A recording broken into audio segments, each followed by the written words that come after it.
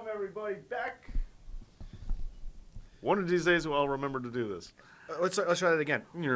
Welcome, everybody, back to the Dave Knows Wrestling live stream. Back on the Monday. It's been a while, but returning as my co-host, Albert Albanese. That is right, ladies and gentlemen. We are back. I missed you guys. I don't know if they feel the same, but we will find out very shortly now, won't we? Well, I will say this. I haven't got as much hate on my latest video as I thought I would because I defended the Bella twins, and I thought I was just going to get torn apart. Well, Harry is very, very supportive, I'm sure. I tagged Harry in the Twitter, in the tweet. I don't know why I can't speak today. And I said, Harry, I think you're going to really like this one. And he did. Of course he did. Of course he did. Of course. I talked positive about his baby girl. I mean, you can't blame me. You can't blame the guy there, you know? Yeah, you know what? It's strange that there are certain figures that I think are, I don't want to say controversial because that makes it sound bigger than it is, but there are certain characters or wrestlers that when they come up in the Professional Wrestling Hall of Fame for WWE, there tends to be a divide, or people go, is this person going, or like people go, how is the internet going to react to this? There's certain figures that that people like, how's anyone going to take this? And I do think they're one of them. This year, it seems like every year there's one that everyone's like, huh. Like normally, it's someone who hasn't really been with the WWE, but they're just being inducted anyway. Right. Normally, it's like, well, let's see how the internet reacts to this one. Ah, hey, Harry, just talking about Winter Soldier back. Why? Dave's got hair. I mean, for me, I don't have hair. And you can't really see because this light shines right on my head, but I'm not completely bald. Yeah. Hello, Jello. What's up? Howdy, Cade Howard. Samurai Productions. How are you, buddy? Oh. Yeah, see? You can see some of my hair. That's all I was pointing this. Never got the notification. Well, you're here now, Arthur Pryor. Yeah. Check to make sure. Oh, thank you for the thumbs up right off the bat. Yeah, check to make sure your notifications are working. Like, click it off and then turn it back on again just to make sure that they're working. I know some of you guys have been having problems with that, so just be sure to check that out. Degenerate, Winter Soldier. Yeah, I did when I was like 21. I shaved everything off, but the problem is because my hair's so dark, you could still see the roots. So it still looked like I had hair, but even if you touched it, it was smooth to the touch. So like I did do that. Same here. I have too much hair to be bald right now. It's like when Kurt Angle first shaved his head. Kurt Angle still had too much hair to be bald at that point, and then eventually didn't have any. The other problem I have is that I don't like that there's nothing to stop sweat. It just gets into your face. So I didn't like that either, and I didn't want to bick it every day because I was doing that, and I did it for 3 days, and I hated it. And my girlfriend at the time, I mean, not a factor now, but she also hated it too. Multiple reasons why I don't. Oh, that's pretty good, Super Ermac. What did Super Ermac say? Wellity, nice. If it ain't old Albert and his nice shirts and Dave and his lovely hair. Wow, that's what we're known for, huh? I guess so. I'll take it. But thank you. Here comes the show, Mr. J. Jr. Do you guys watch boxing or MMA? I do not. No, I did watch the Wilder, a little bit of that Wilder Fury fight, just because I was interested, and I have a lot of friends who are huge into boxing, and hooray Tyson Fury, I guess. Poor Deontay Wilder just got oof, man. He's just been memed 100 times already. What was up with that licking thing? I don't know, but oof. That's where we've gone. From the 90s, I went from an ear bite to now licking. You see how softer and more gentler and more sensitive that the world has become.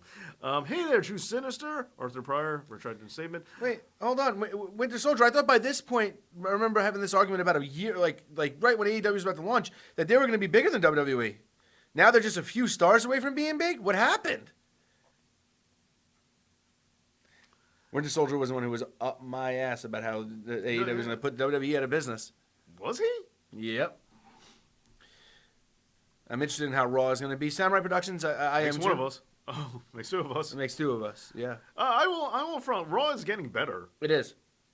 Like, SmackDown is still terrible. Like, SmackDown has been terrible since it came on. Like, the first episode of Fox, it wasn't great, but it was okay. Like, it was exciting. They had a couple of significant moments. But since then, I haven't cared about anything. Well, also, it ended in the worst possible way. Winter Soldier, they're beating the WWE's third-rate show. I'm not saying in terms of work rate or anything like that. I'm talking about in terms of the way that WWE talks about their shows, it's Raw, then SmackDown, then NXT. And they're barely beating their third-rate show. He said from being big. He didn't say from beating WWE. No, he said they're winning the NXT AEW war. And then he said I'm not wrong. There's a few. He said they're a few stars away from being big. Arthur Price says the one time that he shaved his head was because his barber botched a haircut. Yeah, I just did it to do it. You know, like trying to see what it's like. Because at the time, it was also a good time because I used to be blonde, and it was like, oh, if I just shave everything off, then I'll just get rid of all the the fake color, and then my natural hair will grow out too. So the first time I ever so what I usually do is I shave mine down like I use the razor. I don't put any gauges on it. Just straight razor, and buzzer, and just shave back. The first time I ever did that was because my sister was cutting my hair and decided that instead of I used to have the little comb over deal going on instead of just doing the normal cut. She forgot to put the guard back on the razor and I wouldn't want to cuddle with either dead body. Yeah, I don't know. That's a really bad question, Fappening Sith Lord. But my default answer is as long as option B is not Shawn Michaels, then it's always not Triple H. Because as far as I'm concerned, he screwed me enough. And I know you said cuddle, but still, I feel that he has tortured me enough. Okay. Oh, yeah. SmackDown is a dumpster fire. Yeah. Dave, imagine if Dudley and Snot Dudley came to help Spike Dudley on the... I would actually have really liked that. That would have been good. I always thought that the bigger Dudley family should have been better represented in WWE, and they never were. I thought it should have been better represented at the end of ECW. That too, but I was also very surprised that out of all of them, Spike was the one that was brought in. I really thought they would bring Big Dick Dudley in before they would bring Spike Dudley in. Yeah, I was surprised about that. No wrestling company will ever put... Nobody's saying that there is, and anyone who says they are is very much wrong. I forgot to ask before we went on air, but are you doing your other show tonight, or is it just here? It's just us. Nice. Do AEW beat SmackDown Raw? Nope, they do not. Not even close. Yep. If NXT wasn't around, those 800,000 viewers would be more. Yeah. Okay.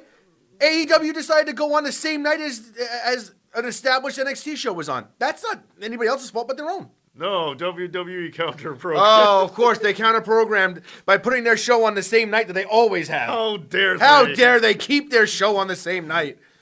Yeah. After the other company said, we're going to be called Tuesday Night Dynamite. Fill in the void that SmackDown leaves. Yeah. I still wish they were Tuesday night. Mm-hmm. I wish AEW was in a hiring freeze because they are bleeding money and the cons are cutting corners. Are they? Well, they're bleeding money, but I don't know. They knew that they were going to bleed money the first year. Yeah. Nobody makes money in the first year. Well, the thing is, I agree with the second part of Arthur's statement. I don't necessarily agree with the hiring freeze. I don't think you need to have a hard one. It's like, if something comes along that's right, then comes along to do it. I think that... you don't need to hire anyone right now. Right. It's different if, look, all right, we get it. Luke Harper's contract's up. We want to bring him in. Cool. Andy JTRS has WWE squandered Cain Velasquez. No, Cain Velasquez squanders wrestling. No, there's no look, Cain Velasquez shouldn't even be a thing unless he's going to officially go down to the Performance Center and train like a normal professional wrestler, then no. And if he was willing to do the schedule. The one thing I have to say about Ronda Rousey is that she was always willing to do the schedule. Super Mac, I believe this is comic related. He asked, what do you think of the possibility of DC closing down if 5G fails? So I've been reading a lot about that because they're really going all in. And my biggest thing is that I don't think that DC will ever go out. I think that before that, I think even Marvel would buy them out if that was the case. There is way more to suggest that's happening. Yeah, I've been reading a lot about the fact that could be a possibility. There's been a lot more suggesting that. I think that's very weird. But there is a lot to suggest that there is actually a Marvel DC crossover happening, or a permanent switch happening. Seeing the fact that Winter Soldier, what are you talking about? They didn't decide that AEW did it. AEW did that after the fact. Yes, the AEW decided that they were going to be on Wednesdays, on the same night as NXT was. Man, he's hooking you like hook, line, and sinker. Yes, they decided to go on USA after AEW announced the Wednesday, but the point of the matter is NXT was still on Wednesday. On Wednesday. Yeah.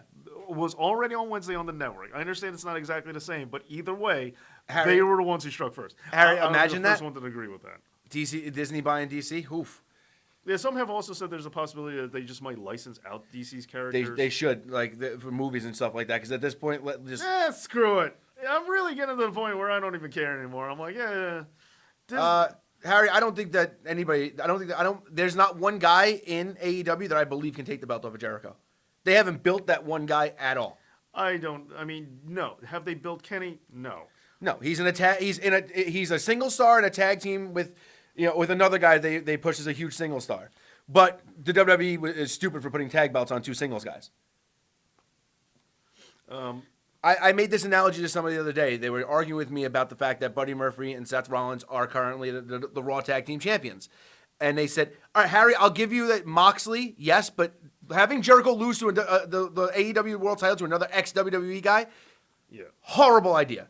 But I was gonna say Cody is. You can believe. But Cody, I know. Right. But Storyline wise, can't get it. But you can believe Yes. Cody can do it. But my thing was that they were like, oh, WWE doesn't know how to book anything. They have their tag team titles on two singles wrestlers. I said, so does AEW. They teamed a lot before that. Okay. And then they were like, oh, actually, I'm sorry, I skipped this step. They said, if anybody should be a tag team champions, it should be the tag team that's actually in the stable. I said, well, then why can't Impact, Yeah. I just saw that there. Why can't AEW do the same thing? With the Bucks, Because yeah. the Bucks should be the tag team champions. But they're not. It's two single stars that they knew that they screwed up the booking on, so they put them together and put the belts on them. Which, again, screws the entire tag team division because they're not going to be a full-time tag team. And they're going to break up. They might have a rematch, and then they're done. They're back to being singles guys. And while I agree with the sentiment, I will say that if you watch a previous video of mine talking about the bizarre and peculiar history of WWE's tag team championships, a couple of interesting points. One of them is that hodgepodge tag teams actually are the norm. They have been from the beginning. An established tag team didn't win the championships in WWE until I don't remember the exact time, but I think it was 10 years down the line. It might not have been that much, but it was several years down the line. It was several tag teams down the line. The Valiant Brothers was the first real tag team to win. Yeah, it's true. Other than that, it was just hodgepodge guys, Bruno Sammartino and blank, blah blah blah and blank. Right. Just throwing the belts on some of the popular guys they didn't know exactly what to do with, so, which is what AEW is doing. And so wow, I don't like that itself. I pointed this out in another video. You just realized that this established tag team, like the Hart Foundation or the Natural Disasters or the Legion of Doom. I don't know why Natural Disasters came to mind so quickly. Yeah, that was really strange. I know, but the idea of established guys who dressed alike, who have a tag team name and work together, being like a tag team, is actually a very short window in all of WWE. It's happened. A lot of tag teams have won the belt. Don't get me wrong, but when you look at the majority of cases throughout history, it's a relatively small sample size where that was the norm. These are the tag teams that win the titles. These are established tag teams. Outside of that, there's been mostly hodgepodge groups. Arthur, that's actually not true. There are a lot of teams that debuted as tag teams. Like the Major Brothers debuted as a tag team. The Harlem Heat debuted as a tag team. I mean, you know what I mean? There's no way in hell you can't put two people together and make a tag team. That's how you make a tag team. There's some guys who don't necessarily go to school together at the same time, and they come up on separate pods. Right, but then they go to a company and they say, "Hey, these guys are both here. We're gonna make them a tag team." And look, I'm not down. Look, the Rock and Sock connection was a lot of fun. Kane and Daniel Bryan was a lot of fun. But they are hodgepodge. But they're hodgepodge tag teams. Don't forget that. I mean, and that's the thing. You could always go back and revisit it. Or KO. KO opening Raw. Interesting.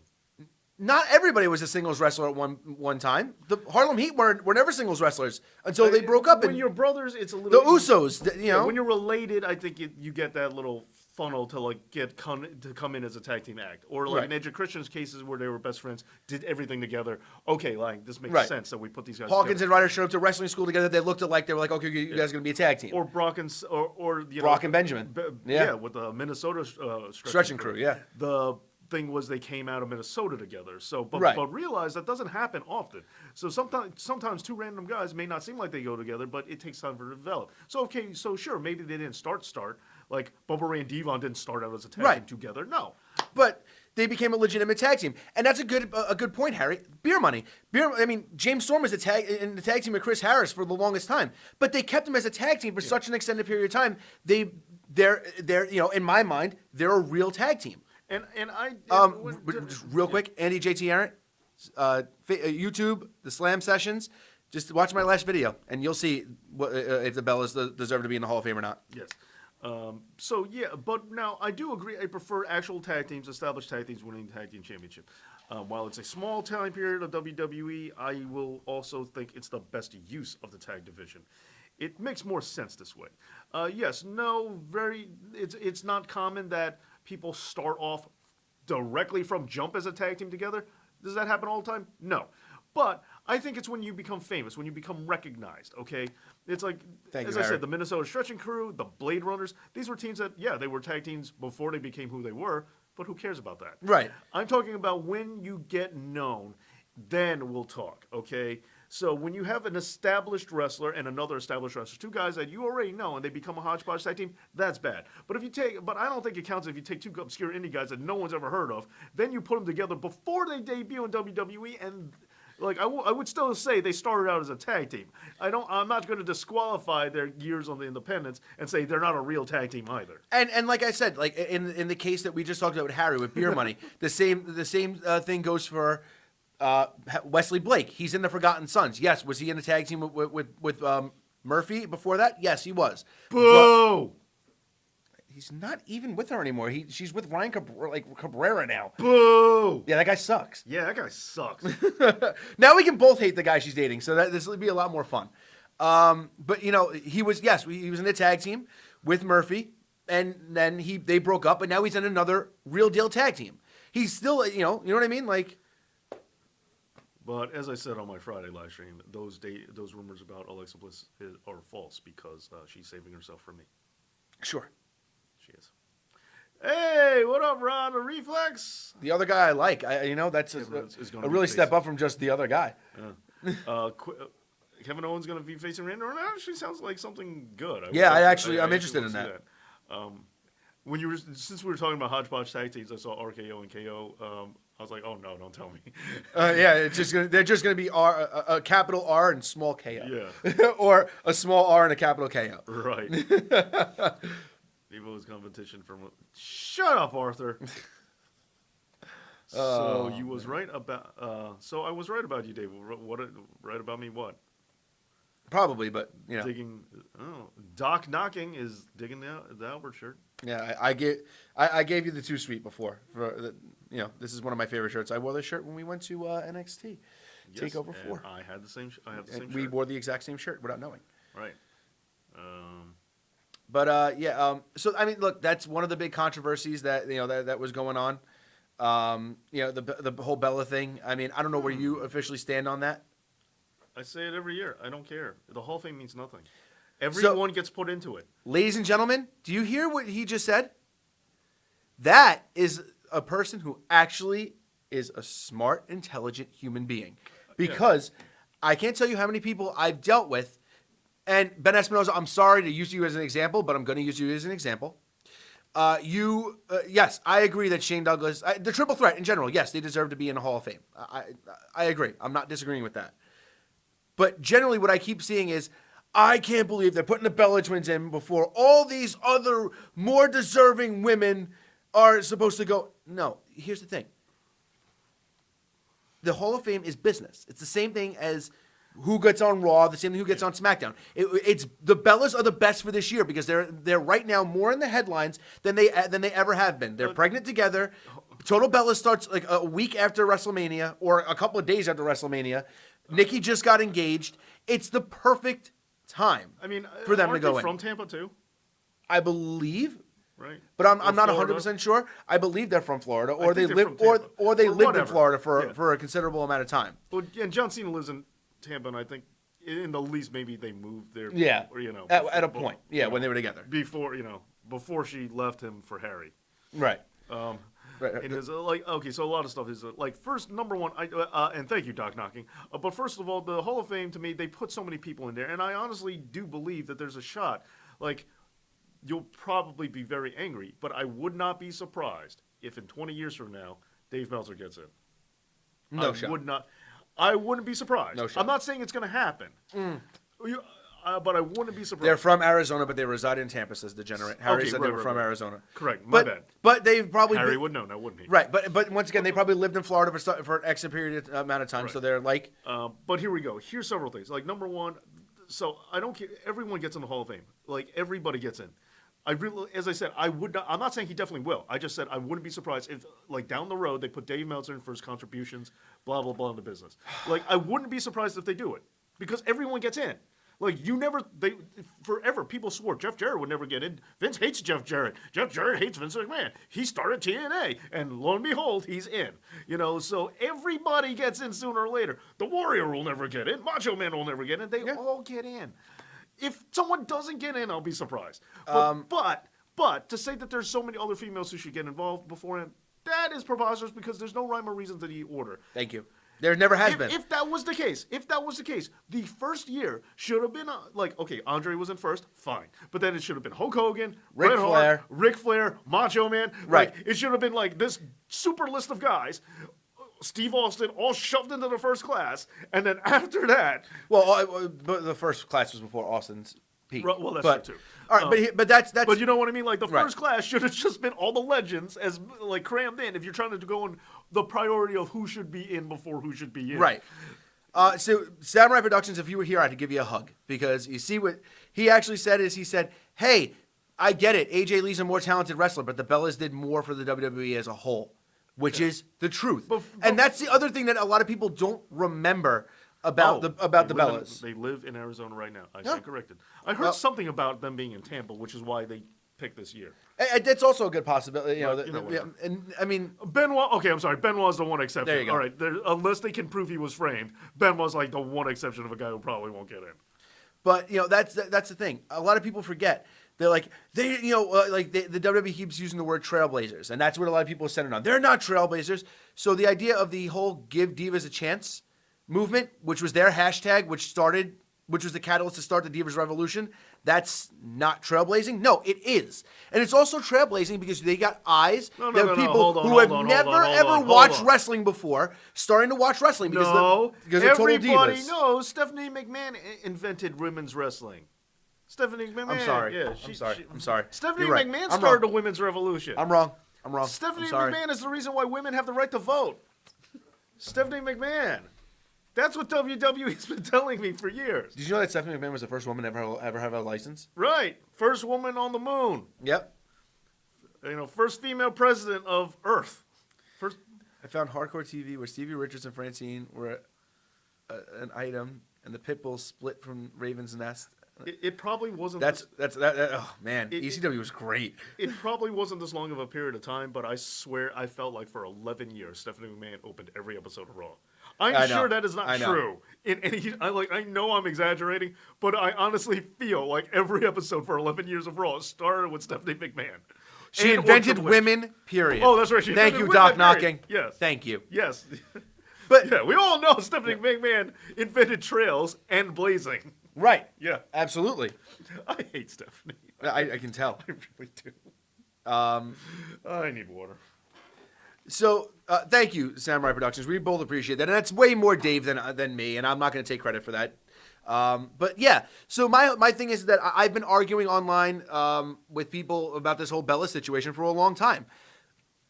The order doesn't make a difference. Because if the order made a difference, Coco Beware wouldn't have gotten into the Hall of Fame before Ric Flair. It is what it is. Oh, crap, what the hell did I just do? What the hell did you just do? How did I do that? Let me for 1 second. I went to go move it like a normal mouse. It's not a normal mouse. No, you got to use the ball. I don't like to play with balls. That's not what I hear. That's not what the bathroom says. Okay, so what? That guy offered me money. So what I miss? No, I was just saying that I've been arguing with people about the Bellas online. Oh man, Arthur, you like Stephanie? Of course you do. Of course he does. Of course he does. So does Harry, though. That's your boy. Wait, no, he's kidding. But anyway, get off your girlfriend. Well, she asked me to get on board. What can I say? And hey, I just wanted 15 world championships, so I figured that was the fastest and easiest way to do it. God damn. I hate her. Anyway, I can tell. Anyone in the wrestling industry is it goes. Oh no, Hacksaw Jim Duggan and Iron Sheik. Yeah. Would like a word with you. Well, no. That was Coke. Oh, right. Bruce Pritchard and Gerald Briscoe would like to have a word with you. Yeah, Scott Hall did murder somebody, and he's in the Hall of Fame. Look, here's the thing: the Hall of Fame. Stephanie is not better looking than Alexa Bliss. Shut up. You're an idiot. The Hall of Fame. Look, That is if you don't crazy care talk. about Look, the Hall of Fame, that's cool. Don't care about the Hall of Fame. I'm okay with that. But you I'm not can't gonna- also bitch about everybody who goes in. and we're gonna have like two completely different conversations because I'm not gonna pretend like Stephanie McMahon isn't pretty. She is, but it's just so. But I got so sick of seeing her on TV. I got so sick of her character, and there's a lot of things done in the WWE behind the scenes that I don't like that she did. Continue.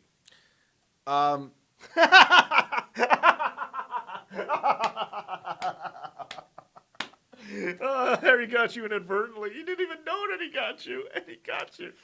So, And he liked your video. That's the best part. Dave is laughing because I have a friend that sent me a picture, and he went to Toy Fair without telling me that he somehow got in. I still don't know how he got in. He refused to tell me, and sent me pictures of him with Cody, a picture of MJF, a picture of Nick Jackson, and a picture with Chris Jericho. And I now don't like him at all anymore, and I refuse. Chris to talk to him. Jericho? No.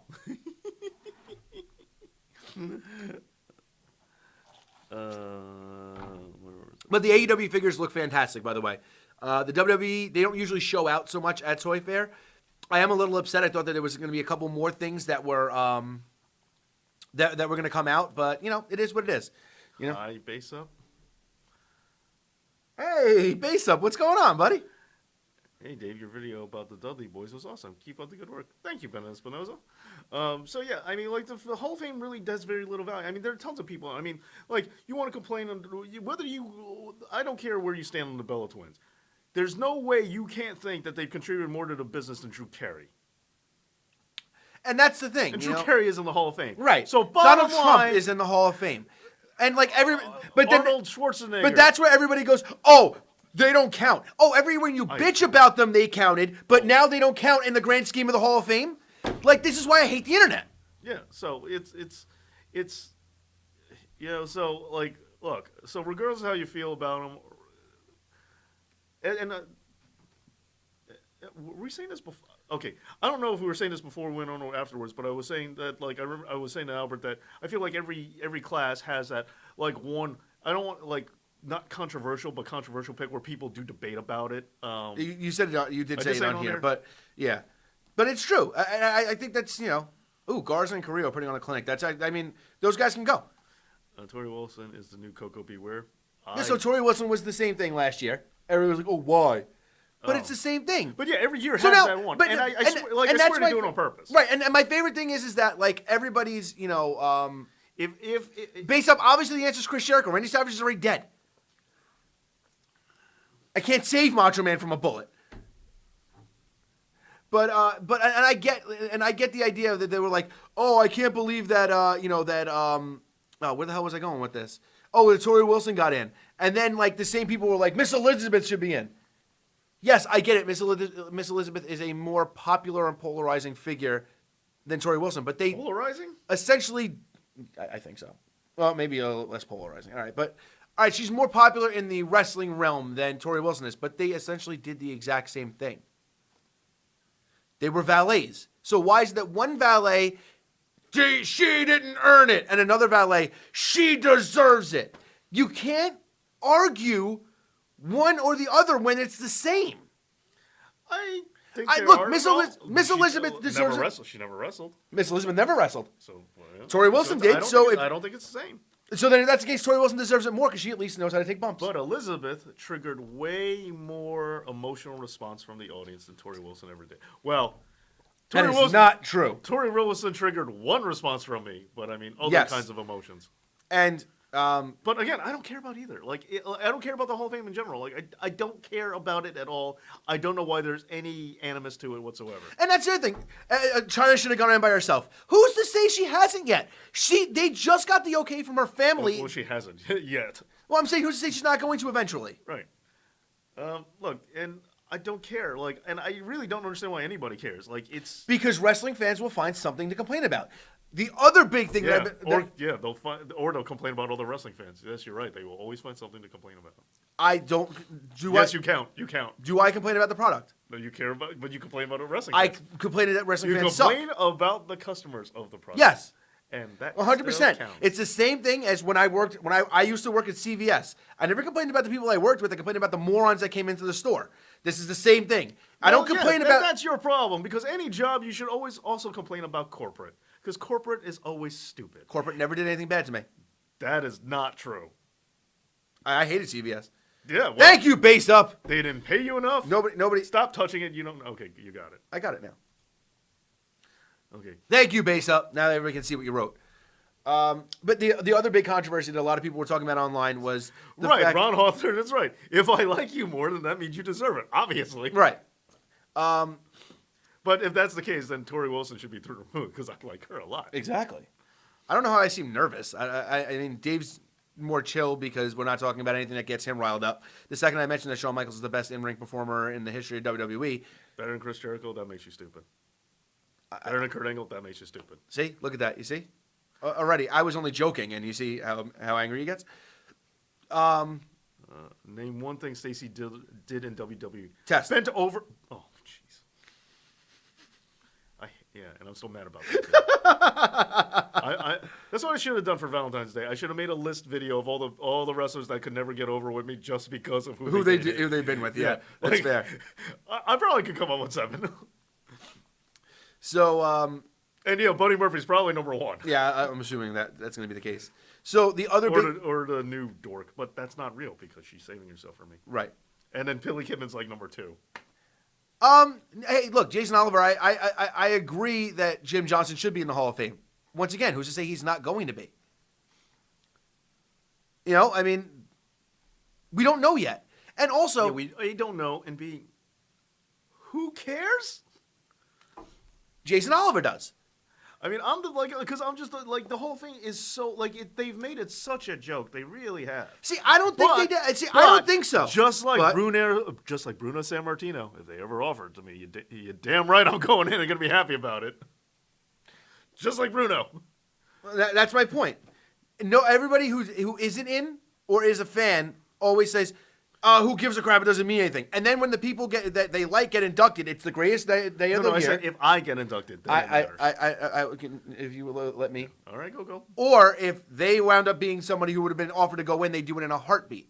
So how much does it not matter? It matters in enough sense that you would accept an invitation to be in the thing, even though you've done nothing theoretically to earn it. Well, they pay you for it too. And who wouldn't want? Who wouldn't want a trip to WrestleMania? I don't even care. Believe me. Honestly, they don't even have to pay me. Just cover the weekend, and I'm fine. Yeah, and then, it's got to add something to your paycheck for future, jobs or whatever like that. WWE Hall of Famer, it's got to do something. I mean, you got to put that at the top of your resume, right? Yeah, right. That's got to go somewhere, even if it's for a nursing job or something like that. What hospitals you worked in? I am a WWE Hall of Famer. That's nice. That doesn't mean anything. Do you know how to do brain surgery? I was inducted into the class of 2021 WWE Hall of Fame. Okay. So it doesn't matter to you that Shawn Michaels is in the Hall of Fame twice? I knew he would be. I wouldn't be surprised if he sets the record and isn't in more times than anyone else. No, I think he's done. I think he can only go in twice. They're going to put him in for the Rockers somehow. No, Marty Jannetty's never getting in the Hall of Fame. No, they'll wait till Jannetty dies and then they'll put the Rockers in. So in 6 months? Oh.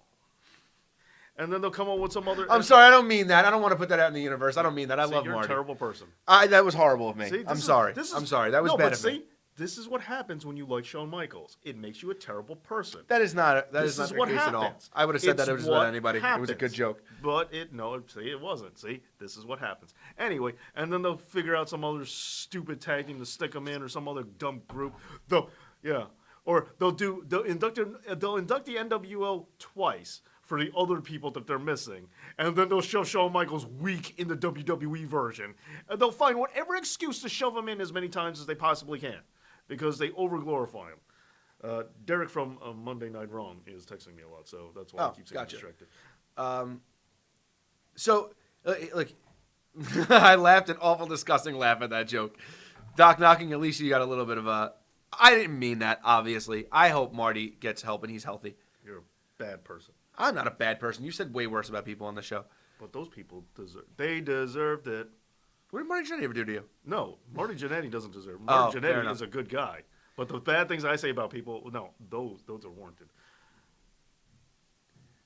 Well, see, Roberto Soto, that's funny because you would think that people would be making a big deal out of it because when Seth Rollins does stuff like that, he's the worst person in the world. But when Kenny Omega does stuff like that, it's okay. By the way, what you missed is that Roberto Soto said, have you ever noticed that how Kenny Omega is jealous of Jay White? Every time Jay gets a shining moment, Kenny goes out with some stupidity on the internet on how Jay is just his replacement. So now if Seth Rollins was to do that.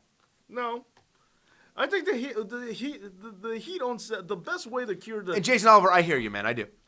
Well, here's the other part is, Seth has a weird habit of not being funny when he says, like, things. Like, you know, that's, like... It should make a difference. No, it does, because, like, Becky said a lot of harsh, like, you know, took a lot of shots at people, but they were cleverly worded. Like... Right. But know, that was like, also... I like Road Warrior Hawk. I mean, Hawk and Animal. I don't think, you know, I like Animal, but nonetheless, what Becky said about him on Twitter was funny. Like, I still like him, but it was funny. So you kind of give it a pass because you can tell she's cutting promo. Where Seth, on the other hand, just makes everything sound legitimate and like he means it. And that's the problem. He doesn't put any, like, kind of, like, entertainment spin on it. He's just mouthing off.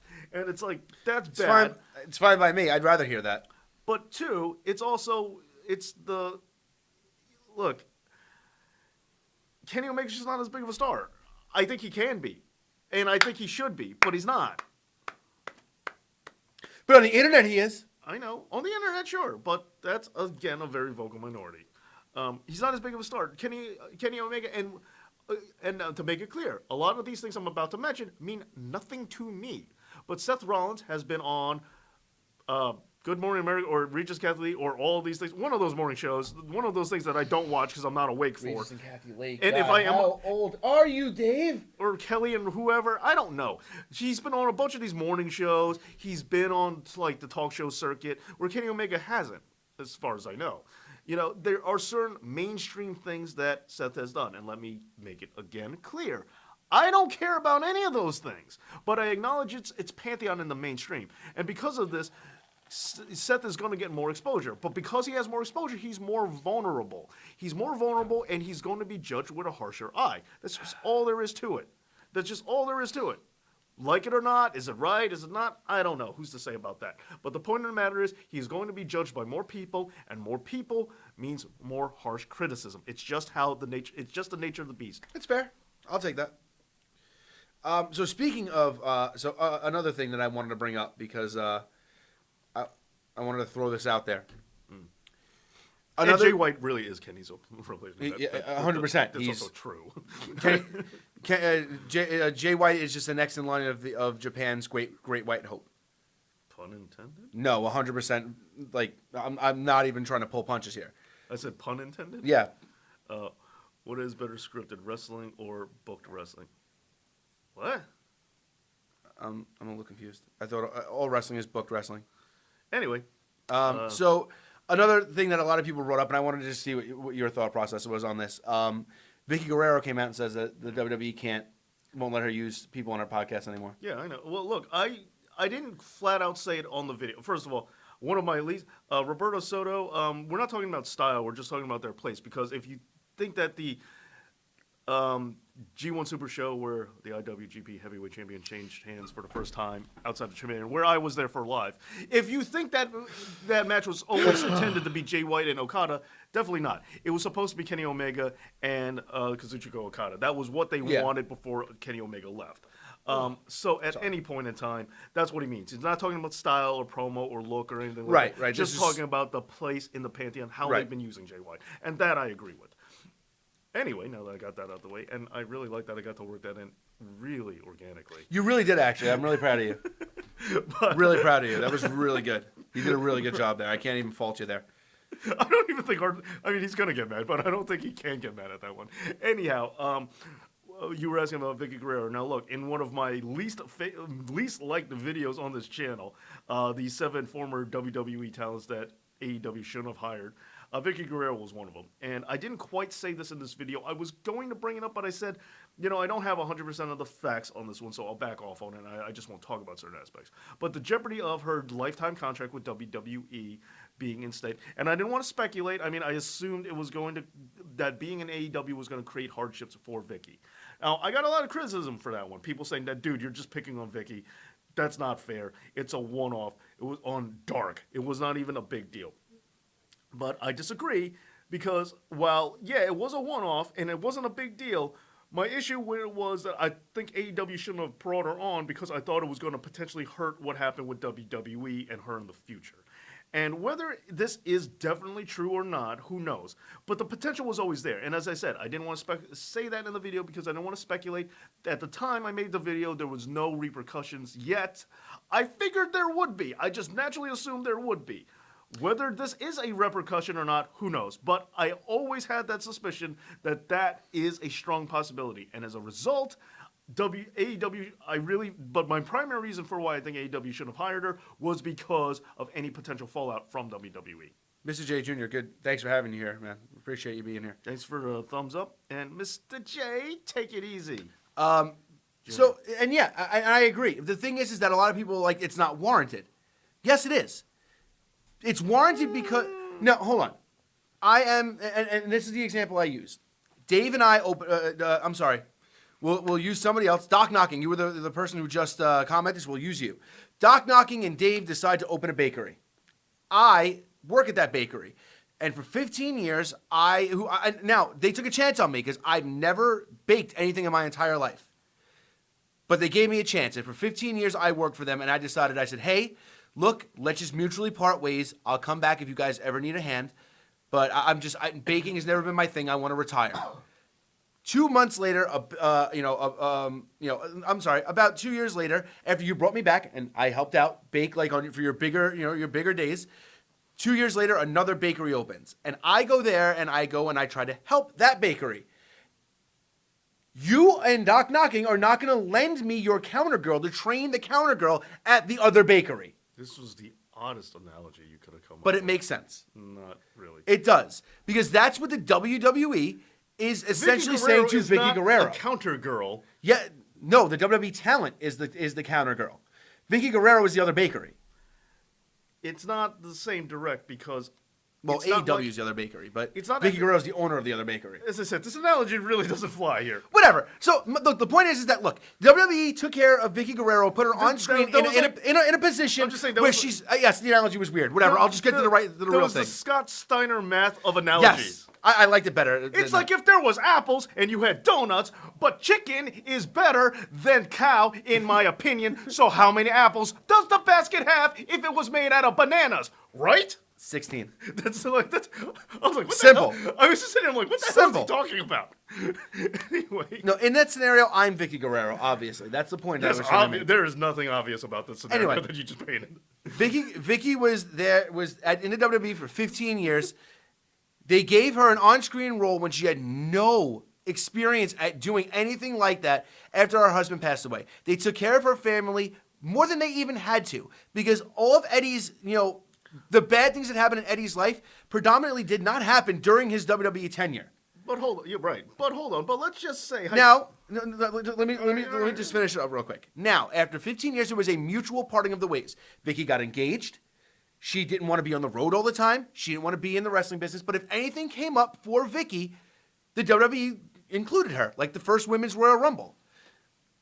Vicky was still a part of the culture. The second Vicky stepped out of the WWE umbrella and went to, and I don't care how big they are or how small they are, the WWE's first line direct competition and made an appearance there, she loses everything she had when she was there. She made a choice to leave one place and go to another. WWE is not going to give her the key to the kingdom and say, hey, now by the way, thanks for appearing on this other show. Here, you're going to keep booking our people on your show. No, if you want to work with them, book those people on your show. You've had the keys to the kingdom the entire time you've had a podcast, and we've allowed you to do that, and then you went and worked for our competitor. No, you don't have access to our town anymore. There are 2 points I want to bring up. Number one, Thank you, Base Up, exactly. Of course, Base Up agrees with you. Because he's smart. There's 2 things. See, and that's the thing, Base Up. That's the example. Somebody brought that up to me. They're like, what about Jericho? Jericho said on his podcast, when he left, he offered to do like a big review for SummerSlam. And he was like, Vince was like, no, absolutely not. And you can't have any of our talent anymore. And he went, oh, okay. I mean, look, But that's the way he knew the nature of the business. That's the way Vince is. I'm not going to let you. Vicky should have known better. Number one, yes, Yes. and that's I will start there. Yes, she should have not. None of this should come as a surprise. Number two, though, I believe there's a good chance that the reason why Vicky did it, though, I'm not saying she didn't know better. Maybe she did, but I do think a good chance of why Vicky did it was because of getting her daughter in the ring. Because it seems like WWE just isn't interested in pursuing. In Shaw? Yeah. Maybe. It seems like they're not, and AEW might be biting interest, and part of the deal might be, hey, grease the wheels a little bit, Vicky, do something for us, and then maybe we'll take. And that's fine. But then if that's I really believe that's a big part of it. Same thing like Billy Gunn. I think a major part of why Billy Gunn's there. Not only are they giving him booking. Not only is he an advisor, but I also think it's also to help his son's. Yeah, 100%. Yeah. And it still blows my mind. Billy Gunn's kid is like that old. I was like, wait a minute, that don't make sense. But so I really think that's a major part of it. But as for now, I already did an episode about better business practices in all companies. Tony Storm base up. Just throwing it out there. Yeah. You're wrong, but I knew you were going to say that. I thought you would say yourself. You're like Albert, Alexa Bliss, Tony Storm, Albert Albanese, of course. No, I would take Tony Storm over me. So from the waist up, it's Alexa. From the waist down, it's Tony. I don't get people's fascination with the lower part of Tony because I don't. You're not a butt guy. Lana, Bailey, both in the conversation way over Tony Storm. What? Bailey definitely wins over Tony Storm. That's maybe I'll give you Bailey. And, definitely and not. Lana, definitely not Lana. Lana has the best, for my money, waist down. Lana wins. No. Lana or Bailey. I'll take either one. I just think Bailey. of all of the promos she's cut out in those suits that she came out with, she wins. I'm not saying she doesn't look fantastic, but Tony Storm is on another level. I don't get it. I'm sorry, Dave. But Samurai Productions, I appreciate you. You're a smart man. We lost our only employee. I think the dream is over. What? I'm sorry, guys. Well, I left your bakery. Oh, right. Right. Oh, yeah, right. Yeah. Well, I wasn't your only employee. I was just your longest tenured employee. So it's all right. You guys are still doing fine. But here's my other thing. Let's not pretend like Vicky Guerrero is like a major piece of the WWE puzzle. If No, she leaves of course AEW, she's not. they shouldn't care. But I've already done, as I said. But they should care as I because said, Vince McMahon is a businessman. It's the wrestling business. First of all, but see, now I have like a loaded issue with several things. Number one, the defense of business being business is ridiculous to me because. And I did an episode about better business practices. I was, what I liked was it got better reviewed than I was expecting it to be, because when I thought that I was putting out a limb, I'm like, people not care about this, but people actually do want to hear what makes a better company, and this is true about not just WWE, not just wrestling, but companies as a whole. There's a lot of things to take and consider, and one of the major points I brought up in that video was that if you look at statistical analysis, is that people should be free to go wherever they want and not suffer consequences. Who wants to stay in any place for 6 years? It doesn't happen. But if you allow people to leave a company under good terms and do whatever they want outside of it, they'll talk about you positively, and it'll just entice more people to work for you. But so which of these two companies would you rather work for? So let's say you knew a guy who worked at a place, and he says that I'm sorry, I'm not going to have a convoluted bakery analogy here. But let's just say you have a guy who used to work at a place, and you ask him, hey, what was that company So this like? guy used to work in a bakery, yeah. And you ask him, hey, what was this place like? Cupcakes were good. He's either going to, here's two options. Either one, he says, dude, they try to block me from leaving when I wanted to leave. They weren't using me, but they wouldn't let me go. Or they said, if you go, we will not help you out in any way, shape, or form. You're leaving on bad terms. Or the guy says, oh, they were great. They facilitated my release. They wished me best of luck. And they said, doors always open for you to come back. Which of these two companies would you rather work for? The guy who talked about it positively or the guy who bashed it? I mean, which of these two companies do you want to be with? Right. So the WWE never had any ill feelings towards Vicky. If she is, and again, I'm also working on the pretext we don't know for sure that's what's happening. Well, Vicky said, she came out and said I know she said that, but is that true? Who knows? I'm assuming it is. I'm assuming it is because I know the WWE can be petty like that. I believe it is and too. If I'm Vince, I do the same thing. I believe it is too, but I don't have the exact proof of it. Sure. I'm just taking, I'm not. Right. So I am trying to play this more neutral than it might come across. So I am really trying to stick to the, the needing two sources kind of thing. But anyway, my point on that is by blocking that podcast. If Vicky Guerrero says they offered me that lifetime contract when I really needed it, it was great. They just don't, they're not interested in signing my daughter, which I don't agree with, but hey, it is their taste. But they've been super helpful, allowing me to have, have former talent on my podcast. They've been really cool. They've been checking up with me, and they wish me, best of luck. which of these two companies would you rather work for? That one or the one who said no? Not only will we fail to refuse to sign your daughter, but we also will not let you have any talent appear on your decision. Which of these two companies would you rather work Obviously, for? the first one, yeah. See, that's crazy talk to me. And the better business Why? again, as the better business practices that I showed on that episode that I did, talks about how most of the time, better practices in business tend to just be what everybody else is doing. No one ever stops to look at what really does work. And WWE is in a class unto itself, even with AEW. There has never been, and who knows if there ever will be, a wrestling company that is as big as WWE. Business on a global level. You could say, well, what about New Japan? WWE doesn't have a parent company. WWE is an entity unto itself. Right. WWE is in a new turf. Hold on. And that also speaks for when WCW was the best wrestling company in They had a parent America. company. They had a best. It was still And it's Ted not, Turner. and not as big as WWE is right now.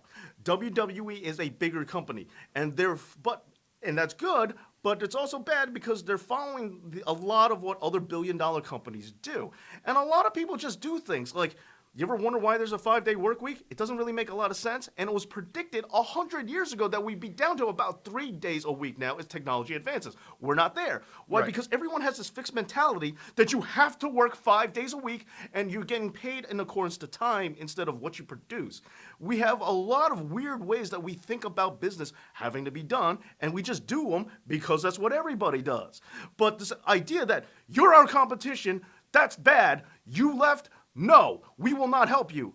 Seems like it makes sense just because that's what's always done. But if you actually look at what really does happen, you'll find that businesses that are more respectful and more helpful to their former employees, even though they technically aren't giving them anything in return, tend to do better. Not only in the stock market, which WWE definitely could use right now, but they also do better in sales, and they just have better awareness. Like, the company that has a reputation as being nicer just tends to do better. See, here's the thing, Dave. I'm agreeing with you, but I think WWE did that. No, if they have indeed refused Vicky Guerrero. But the idea is to say, hey, you're with us, stay with us, you'll never have a problem ever again. And then she goes and does the exact opposite. You're not agreeing with me because I'm talking about how you treat your former employees. You keep talking about how they're treating her if you're here. She wasn't signed to a contract. It doesn't matter. If you treat her... So she is a former employee. So she wasn't currently... I know that. She wasn't currently working for WWE. Right. And they treated her completely fine. She was completely fine for the past 10 years or 8 years she hasn't worked for WWE.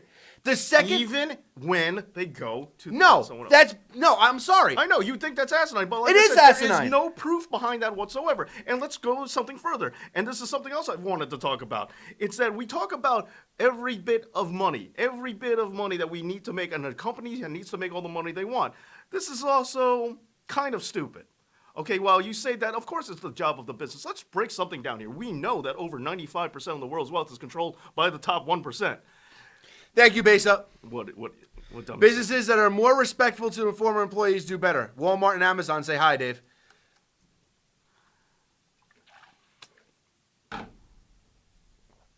They don't block people. They don't torture people for working for the... Walmart isn't going to torture people for working for Target. No, but they'll fire people randomly, and they'll treat people like crap. And I'm sure they're probably not giving great references out to people if they quit. They have to by law.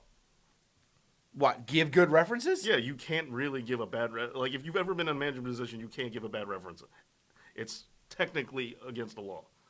Not really, but, like, it's illegal to infringe upon somebody.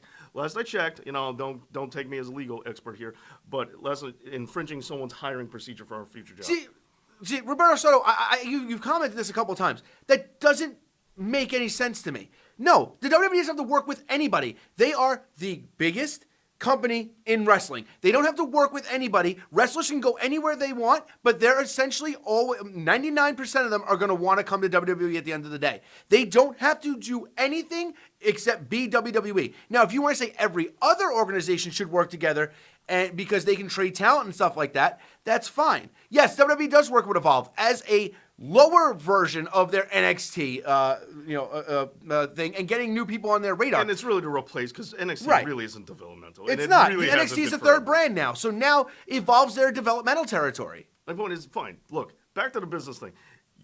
I understand that Walmart and Amazon do very well. But again, if you look at treatment, if you look at this thing across the board, as I said, I didn't do the study. Watch the episode because I don't have time to get into all this. If you have the time, watch the video. Watch the source material, which came And once from, again, Dave, in a perfect world, you're 100% right. it's not a perfect world. It's just plain and simple studied in math.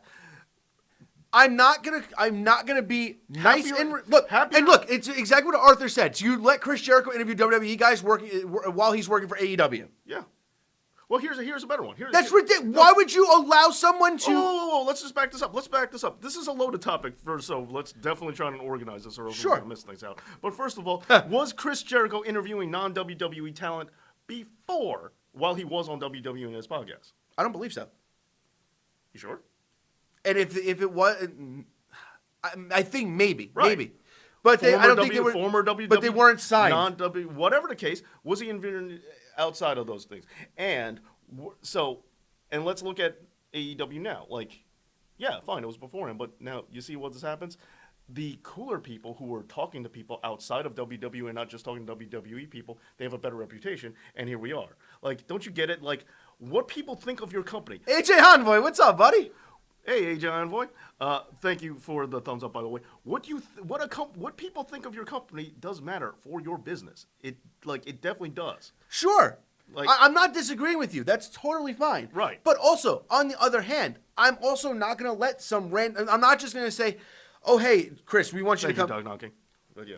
Hey, we want you to come back to WWE. We get it. There's this AEW thing, but here's- and or whatever. Right. Get out of your contract here's and come back to us. ultimately my No. point. Here's ultimately my okay. point. By the way, no hard feelings. Here's my Interview point. all of our talent on your Again, show. you think you understand it saying, why would they? Well, like I said, better business, what would it hurt?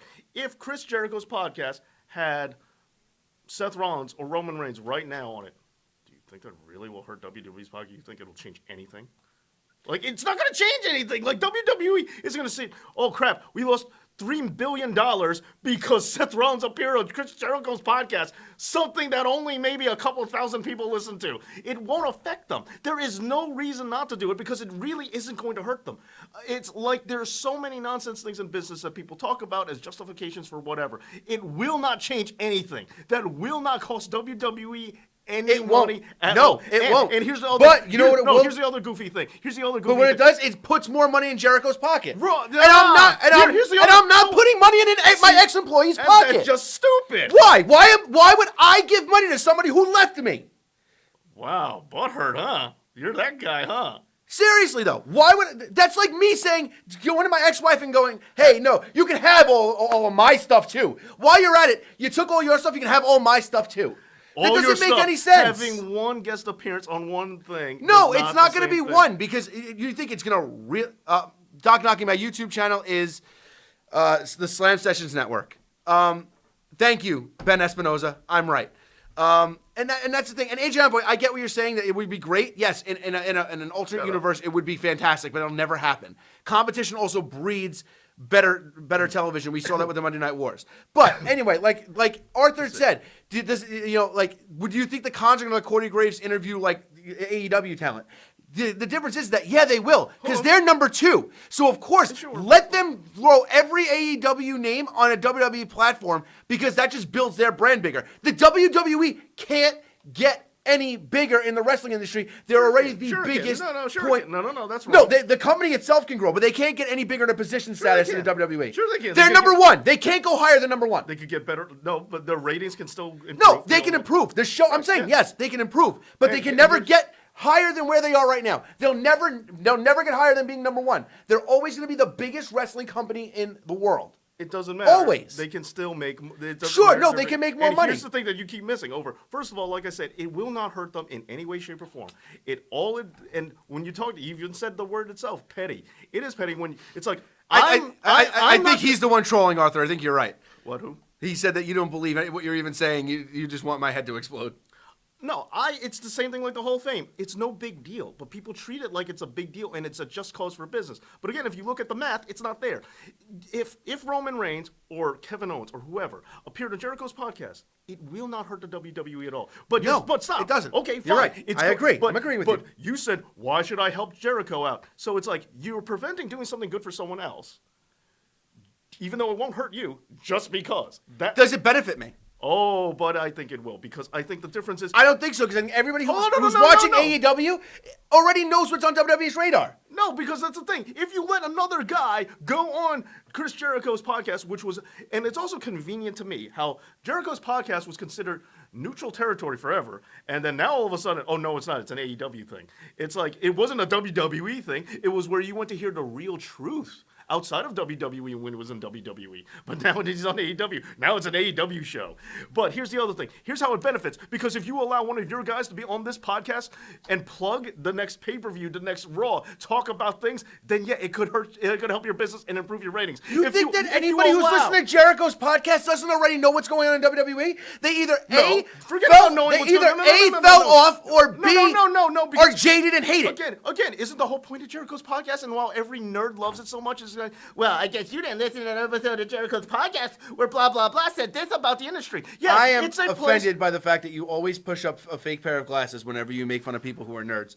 Making fun of people, making fun of you, whatever. Point of the matter is if you don't think that you can allow Roman Reigns to shoot a little bit or make it seem like he's shooting when he's really working, saying like, yeah, and just drop things. Or here's a perfect example. You let Matt Riddle work nowadays. You let Matt Riddle on Chris Jericho's podcast, and you just let him go off about Goldberg and Lesnar, even if it's stuff he said on his own personal Twitter account. You telling me right then and there, and then he says, "Oh, and by the way, I'm going to be there WrestleMania weekend."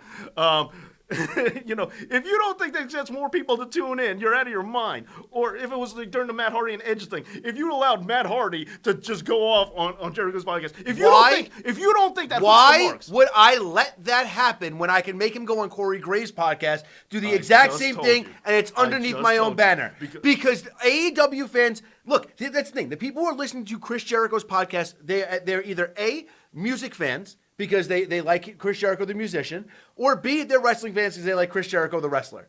If they I'm not going to lie, as soon as you said like Chris Jericho as a musician, I kind of went blank for a second. Regardless of the fact, there may be like 10 of them. Okay, continue. All of them have definitely followed Chris Jericho's career, so they already know who the WWE is, and they're either A, not watching it because they're AEW fans and they hate everything, or B, they are watching it and just complaining about it on Twitter or on Facebook. Like I said, it's amazing. It's an AEW thing. Now it's an AEW thing. When WWE was a neutral thing. It's not an AEW thing. It still can be neutral. He can interview anybody from Ring of Honor or New Japan or anything like that, and that's fine. He had Juice Robinson on, so yeah, sure. Yeah, it's still neutral territory. And it's helping these other companies by getting... Look, okay, even if, hypothetically, Randy Orton goes on the podcast, and 0 people watch. I know, based up. I should just take over the whole thing, right? And 0 people tune in. It's still got the potential to get more people interested than if he wasn't on the show. Jericho once said he always needs to ask Vince's permission in order to interview everyone, and he means everyone. So that's so there you go. So even when he was in WWE, I'm not knocking the. I'm not saying that he didn't. I'm not saying that isn't true. I'm just pointing out the very simple fact. I know Dave hates on Fozzy fans. I like Fozzy too, but apparently Dave, has ears that work anyway. Maybe I should do that instead. Like, well, obviously you don't listen to Fozzy's 3rd album. See, Arthur, I don't think it's even helping AEW at that point. It's helping Chris Jericho. It's helping Vicky Guerrero. It's not helping AEW. It could, but as I said, it's not. If you give someone, it's the same thing like Jimmy Kimmel. Wait a minute. Why should we allow a Fox superstar to be on a Channel 7 show? That's helping our competition. That's stupid. No, it's not. It's the same thing. It doesn't. Yeah, technically they're competitors. It's the same dumb mentality, but it's not true. The reason why WWE puts Seth Rollins on whatever morning show there is and late night talk show is because you're promoting your own brand, even though they are technically on different channels than what you have. It's promoting your own brand. We established it is not going to take any dollars out of WWE's pocket. At all. It has the potential to help you in the ratings. It has a potential to make you seen as a better company. So, but even if it doesn't, 0 to 0, if it doesn't cost you anything but doesn't gain you anything, that's still neutral. But it has the potential to at least earn you something you weren't going to get without it. And it's not going to take anything away from you at all. So there is all gain, no possible risk. Hey, what do you mean it's not going to take anything out of you at all? How in the world does it cost WWE a nickel? It doesn't by just saying, go ahead. have Because now anybody and everybody can sit there and go, well, you know what? Got a release out of a WWE contract. They treated me well, but I'll just go fish over in AEW for a little while, get whatever I can from them. And WWE's not going to penalize me for doing any of this. I'm just going to keep doing anything I want to do. And what does just that cost keep using the WWE? How does that cost WWE a cent? It doesn't cost them any money. It doesn't cost them any money. It costs them loyalty out of their employees. I'm not going. Bang up job they have now. And as I said, yeah, you're right. Bang up job they have now. Everybody that wants to leave re-signs with the freaking company, right? So they must be doing something so horrible to guys like the Revival and Oni Lorcan and Mike Canales when they were all complaining that they wanted to leave and then signed, and Kalisto, and signed for 5 years. They must be really, really pissed off about where they are. Re-signed, did they? They did re-sign a couple of years ago when they were threatened to leave, and now they're doing the same BS again. My favorite thing is he said we want creative control. Okay, Kevin Nash, you want creative control over your whole life? And the same thing. You're not getting out of AEW either. And the same thing, loyalty. This is clearly what it all comes down to you again. Loyalty has zero tangible value. Who cares? It does to promote a better workplace. No, it doesn't. Because as I said, do you know how bad it is when I sit in my job, at my job, I'll be like, God, I effing hate this place. Who wants to stick around in the same place for 6 years doing the same thing? Look, I've been at my job for 3. I get what you're trying to say, but that also doesn't help Dave, the new employee at my job, who walks in here and all he hears is, "Wow, this place sucks." Yeah. And if you let people say, oh, it sucks, and then let them leave, you don't get that problem. And again, all this is saying, having guests on podcasts, I swear, it doesn't cost them a nickel. That's what we established. But it has a potential to earn them more ratings and publicity and a better appearance, reputation. No, it's exactly what Arthur just said. If you have John Michael start a podcast and have Seth and Roman go on, that's a ridiculous concept because the WWE could have Seth and Roman start their own podcast and let Ambrose come on, and then they're the ones who benefit from it, not the other way around. But see, this is all you're saying out of it. This is preposterous. Why? I just broke down the maths for you. It does not cost WWE any money at all. But it has the potential to plug their own stuff and get other people to potentially watch who may not have gone. Yes, the fans know what's going on Raw, but if maybe they hear a behind-the-scenes story or hear something, a different form of promotion, they might say, you know what, I haven't watched Raw in forever, but they're going to do a program with that. Maybe I'll check it. I'll check it. No, that's never going to happen. It's not happening. The same people that listen to Chris Jericho's podcast are the same people that listen to Bruce Pritchard's podcast, and they're the same people who listen to Eric Bischoff's podcast, and they're the same people who listen to everybody else. It's the same amount of people. They're all wrestling fans. They're all very well versed in knowing what's going on in WWE. It's not about knowing what's going on. It's about promoting in a different way. Don't you get it? What are they promoting? They're promoting to people who aren't going to watch their show. They're already not watching it. Look, I don't care. Matt Riddle can go on Chris Jericho's podcast and say, I'm going to beat the crap out of Goldberg. First of all, I have no idea why you're that mad about this. Because what you're saying is crazy. This reaction is bizarre. Sometimes I get it, like when, you say nonsense like Hulk Hogan had lust in his eyes. That I get you mad. He absolutely had lust in his eyes. That I get you being mad about. But this is like, do you really care that much? He put his hands on her lower back first. Then he carried her. Lumbar support is important. Then he carried. No, he touched her butt. It's low. The bottom of the palm of his hand grazed the top of her butt. Stand. Maybe she hurt her glute. She was on Macho Man's shoulder, which he does by himself all the time. She's never fallen. You need to be braced. Well, thank you, AJ. He did have lust in his eyes. Roberto Soto, I don't work for WWE. I'm not gatekeeping. I'm just the exact opposite of everybody else who does the exact same thing for every other company. Because everybody knocks the WWE for the businesses. Every company does this, but when you stop to break it down, it makes no sense. There is no harm that WWE suffers from it at all, and it has potential to gain. You swear it's impossible. So you're telling me there is no chance that one person might watch. There is no chance at all. It's an impossibility. That's psychotic. That is absolutely psychotic that you refuse to admit that maybe one person might say, I'll give Raw a shot, or I'll check out. I wasn't going to, but I'll check out WrestleMania this weekend, or Royal Rumble, or In Your House, or whatever stupid thing, or Elimination Chamber, or whatever. The fact that you're swearing up and down, it's a complete impossibility. Because you're forgetting the majority of the people who listen to those shows are internet wrestling fans. Yeah, I get it. They already hate the WWE. Chris Jericho telling them go watch a WWE pay-per-view this Sunday isn't going to get them to do it because they already hate the WWE.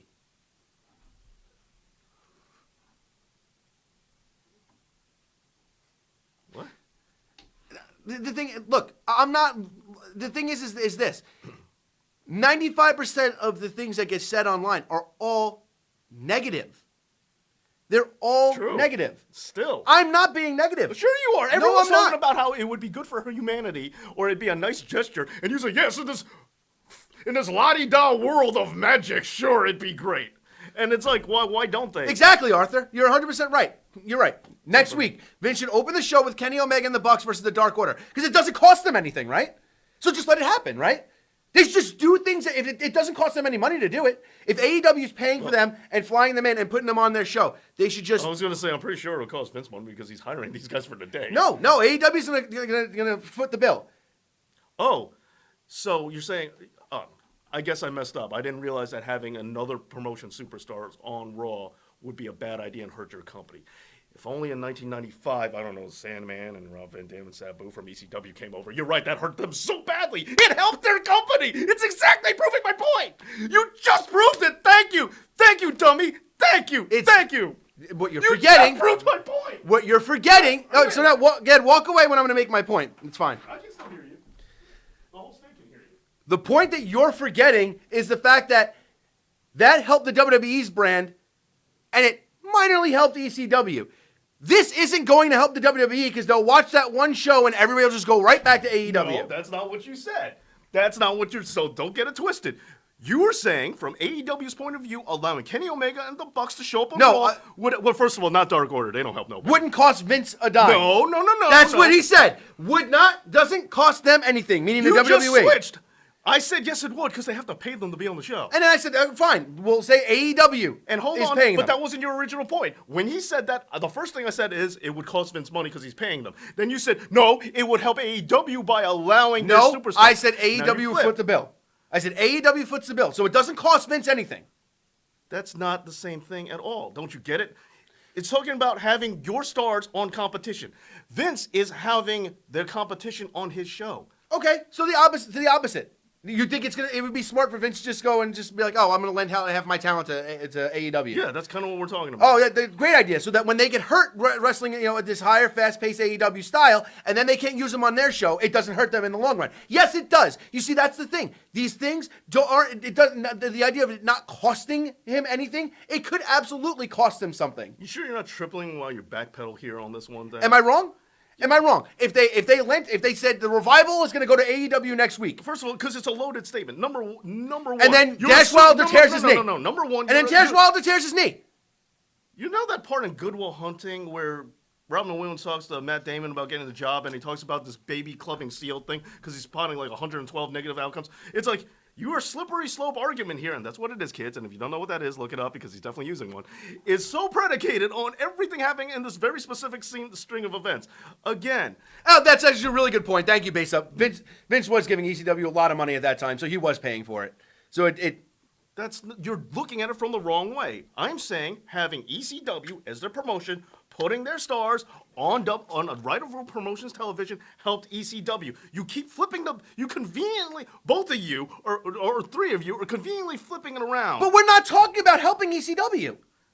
When we weren't talking about helping AEW.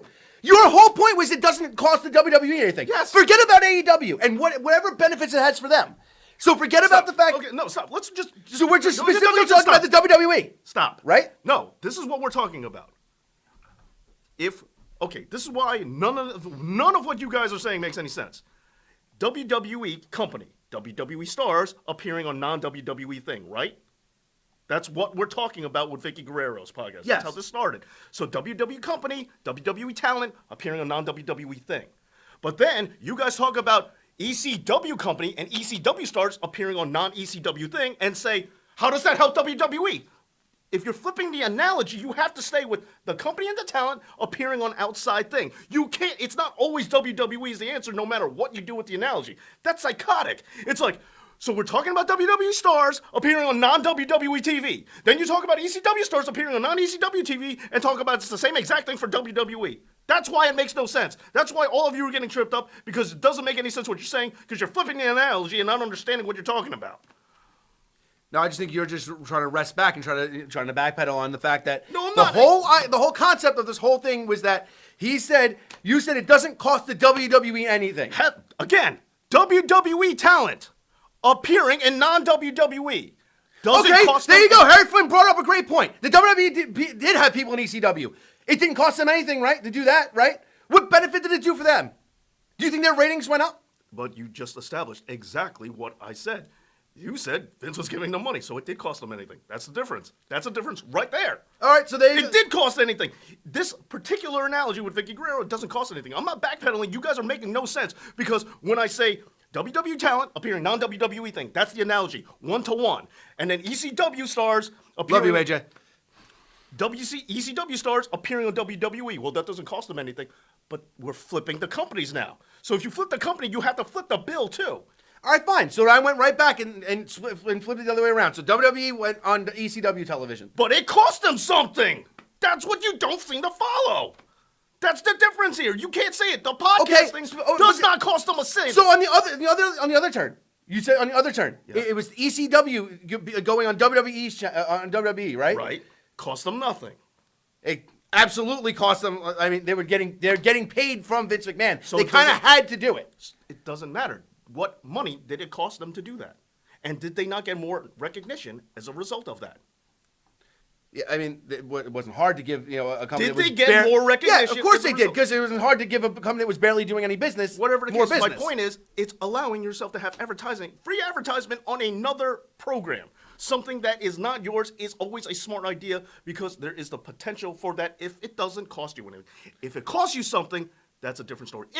If it costs you anything, but you're looking at a zero risk potential reward system.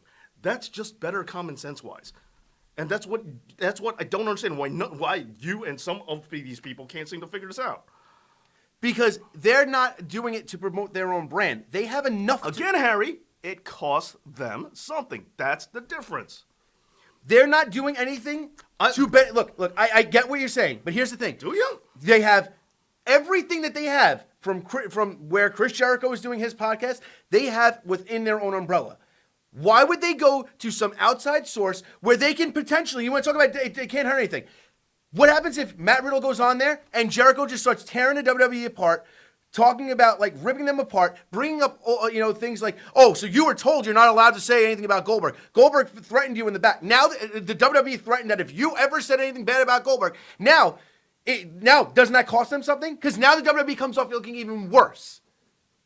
There is a potential to lose, Dave. It's not an always a win-win situation.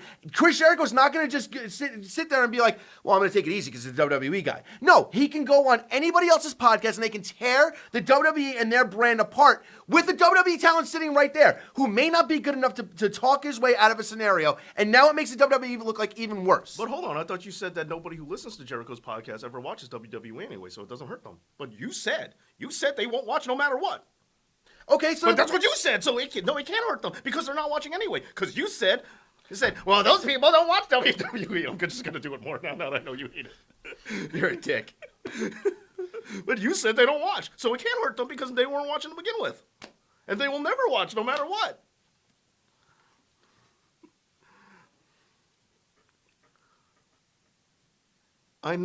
Yes, Arthur, again, that you're getting the twisted wrong. That's not going to help WWE. It will help AEW. That's what you're not following here, Arthur. It's like, why don't you get this? And that's not what I'm endorsing either. And if you think that having someone appear on Vicky Guerrero's podcast is equal to having the Royal Rumble being all AEW guys is the same. If you really think that's the same, then, well, again, Arthur, when you get out of bed in the morning, remember, feet first, okay, buddy? The point that Arthur's trying to make is that you can't.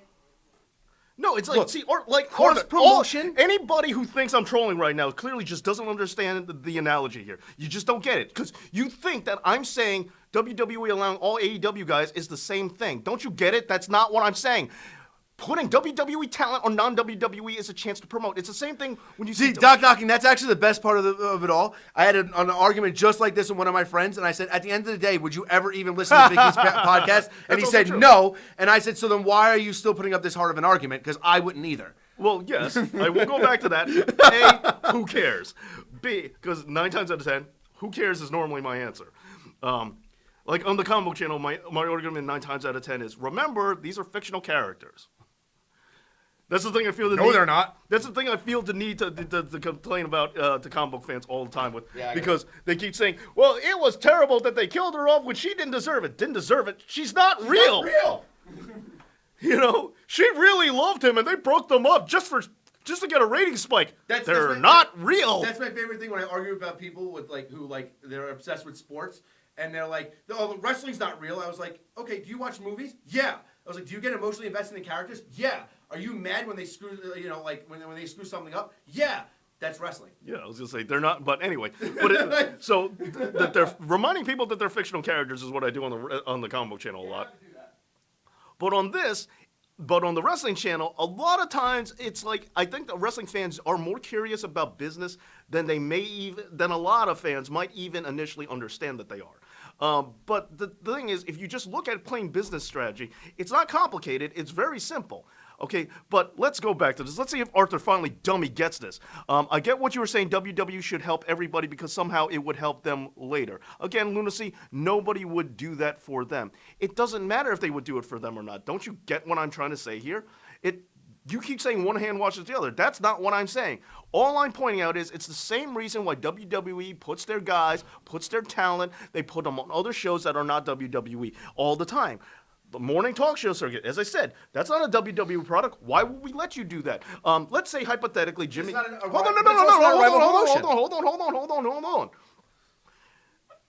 I don't know because again, I don't care. But let's say we have Jimmy Kimmel. I know he has wrestlers on. Let's just say he had Kenny Omega on. Would that mean WWE should no longer allow Jimmy Kimmel to have WWE talent on his show? I mean, if they wanted to, they definitely could. No, but is that the rule? If Kenny Omega, if Jimmy Kimmel, maybe he's had Kenny Omega on the show. I really don't know because I don't watch Jimmy Kimmel. I don't know either. Yeah, right. But let's just say, but oh, how dare you? Sure, Gotcha. cool. All right. See you, man. We chased everybody out. So, Chris goes on. Could it? Riddle for WWE because they want to see Riddle win in the end. Yeah, that's also a possibility. That's what I'm saying. I'm not saying that will happen either. I'm just saying the potential is there. Doc Knocking, thank you so much. I appreciate that. He subscribed to my podcast, to my YouTube channel. I'm very, very much appreciative of that. Off of that logic? Wow. Okay, anyway. My point is, because I'm right, that's why. As I said, if Jimmy Kimmel or Jimmy Fallon, whoever, Jimmy Kimmel, I know has had a lot of WWE guys on the show. So let's just say he lets Kenny Omega on this weekend. Should WWE say, that's it, no more wrestlers for you forever? Or let's say Saturday Night Live. They let, Cody Rhodes host, it's not going to happen, but let's just say hypothetically, or Chris Jericho, someone who has a chance. There you go, yeah. Let's say they let Chris Jericho host Saturday Night Live once. Does that mean WWE should say, okay, no more, never again, Rock, everybody, and I know Rock's not really a WWE employee, but you know my point. Yeah. No wrestler ever again? Should WWE do that if that's the case? No, because that's stupid for their own business. That's what I'm saying. But that's not a wrestling entity. No, Vicky Guerrero's podcast is based in the realm of wrestling. Immaterial. Because still, it's cutting off a potential exposure point. That's all it is. It's cutting off a potential point. They're not really running that risk with Vicky Guerrero. No, but still, it doesn't hurt them. So why bother? Take the shot where you can. Look, I get what you're saying, but that's what I'm saying. You're saying that Rockstar JoJo gets it. Thank you. What I'm saying is you keep saying that it won't ever negatively affect them. No, I said it doesn't cost them a nickel. Okay, and that's my very specific point. And my point is that it absolutely can cost them because if they go on a rival show where they don't know anybody. You said nobody watches it anyway. I didn't say nobody watches it. You said they refuse to go on. They says none of these people are going to listen anyway.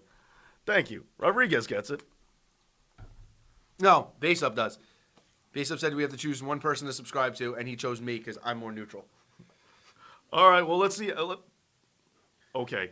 Well, yeah. Let's see how. But yet, I'm sure he's going to be on all these live streams anyway. I'm sure I'm not rid of base up. I'm sure I'm not rid of the plague that is base up, who tortured me with 3 Shawn Michaels. I'm sure I'm not ruined to it. I am looked at as being more neutral because you come out and scream about how much you hate people, and I never say anything negative about anybody. You're right. in the You wrestling never business. scream whatsoever. Not about hating wrestlers that everybody Hulk else in Hogan. there. I have voiced my opinion in saying I dislike him, but I haven't I haven't said that he was the worst wrestler in the history of the world and should have never been in the wrestling business like you do about Shawn Michaels. No, Harry says that. I know he does it for me, so I don't have to do it, which is great. Yeah, no, never. I actually like watching both. I get that. I wouldn't have you. I mean, No, Doc Knocking. Me and Dave are actually we have differences of opinions, and we express them on this show. But me and Dave are actually outside of this. I don't think we've ever argued about anything. No. We have a look, and it's the same thing. Dave is we also hunt for things to argue right, about. and Dave is also good at finding things about wrestling that me and him disagree on. Because for the most part, I know this sounds crazy. Me and Dave have a very similar philosophy about wrestling. Yeah, it's the same thing with me and Stephen James too. It's like in terms of booking and things like that, me and him normally agree, but we exploit that 1% because no one. We understand that not to get into all broadcasting and everything like that. Not to get into business, but we know that for you guys just watching. I've seen bad shows. I'm not going to say who specifically, but I think you know who I'm talking about. Nothing you guys have been exposed to. I know exactly It's what you're just talking about. agreeing. It's just two people agreeing. It's like, yeah, I think that's the best idea. Or what are we going to do? Sit here and just review Raw like everybody else does? It's like, do you care? You rather hear us actually have a conversation with 2 back and forth points of view. It's just more entertaining. I mean, granted, there are some people who said that I should stop indulging blowhards like you, but whatever. Those people are stupid because that's where they tune, and then they'll tune in every Monday to hear you do it. Not really. I've never seen them in live streams. Well, then they're just stupid. Period. It's like I think they meant it. What this brings me back to is yeah, no, it's not that they're not going to make money. I'm not saying that because they don't let people appear on Vicky Guerrero's podcast, they're going to go broke. I'm not saying that. All I'm saying is you have the potential to earn favor back with some fans you may have lost. There is a potential there. And it costs you no money at all. So why not take the shot? It turns nothing, but it's still not going to cost you anything. You just have the potential to gain there. You have a very small potential to gain a little bit, but it costs you absolutely nothing. It's risk versus reward. That's what business is all about. And as I was saying, a lot of times I do think WWE wrestling fans in general are more interested in business than most people give them credit for or would assume. A lot of people think wrestling fans aren't interested in that kind of thing. But when I talk about it, like competition, when I talk about business strategy, I've had a couple episodes I've rolled the dice on. I'm like, I don't know if people are going to watch this. They actually tend to do very well. And so I don't think that's a coincidence. I think wrestling fans, it's an untapped thing. And now that I say this, who knows how many people are going to copy it from me. But of course it is. Yeah, is that people... I just recorded an episode while we were doing this on that. Right. Just to piggyback off of it. Awesome. But yeah. Welcome. Great shit. So people are more interested in when it comes to the business side of things, actual business, not the business, but business side of things and how things equate. And as I say it all the time, Doc Knocking, you don't understand how many times something very similar that has happened, where me and Dave will start getting into something that we disagree on, and we'll go, let's save it for the live stream. Yeah. What drug is Arthur on? One that causes the side effects of ugliness and stupidity. Oh, thanks, Joe Mama. Bye, Joe Mama. Bye, Joe Mama. Again, it costs them time lending out their assets. If that's not on... First, I'll be clear about this. No, obviously... Not on WWE time. No, it's not. Yeah, like Jericho's or Vicky Guerrero's like, well, I need to record my podcast on Monday night from 8 till 11. Like, no, you can't get them then, obviously, because that would cost them something. But if the scenario is it's going to be on a time where they're not doing anything for you anyway, if it doesn't cost anything, yeah, the second it costs them something, fine, I start agreeing with you. I said if it doesn't cost anything, if. You can come up with whatever doomsday scenario you want of how it could cost something. Well, what if Chris Jericho's podcast happens, Vicky Guerrero's podcast, I should stick to that because that's what we're really talking about. Vicky Guerrero's podcast happens and Seth Rollins is driving down there, but then some light hits his eyes and he sprains his wrist while trying to avoid another car while driving. Yeah, hypothetically that could happen. But we're talking about a realistic scenario here. And my point is that the more realistic scenario could be that if Vicky is being vindictive about the fact that WWE maybe mistreated But her. maybe she wouldn't have been vindictive if you just let her keep going and having WWE people on her podcast. Maybe she wouldn't be mad, and that's my point. If you make your, Maybe if you're right. make your, Maybe. but did I not say that earlier? That if you treat your ex-employees greatly and make them love the time that they had with you, it's exactly what's going to draw them back, and that's exactly what I talked about on my Better Business video. It's the exact thing, and everything I talked about in that video, as I said in the video, I cited it and linked the sources, came from the TED Ed videos where they talked about better practices. 2 specific ones, studies done by 2 different people, by business analysis. If you just watch all of it and you understand what I'm talking about. When you have people nurtured and loving the company that they came from, they become your ambassadors, where they plug you and how great their time was for it, and maybe even potentially want to come back. And we also forget about this. This is how the wrestling industry used to be. All right? The British Bulldog didn't just go to the WCW after the screw job. He had been there before, and he came back, and he came back. Great to Hammer Valentine went back and forth, and that was the thing. It's cool. You want to go here for a while? We don't have anything for you. Go make that money. When the territory systems, people bounced around all the time, and you didn't spurn them from it.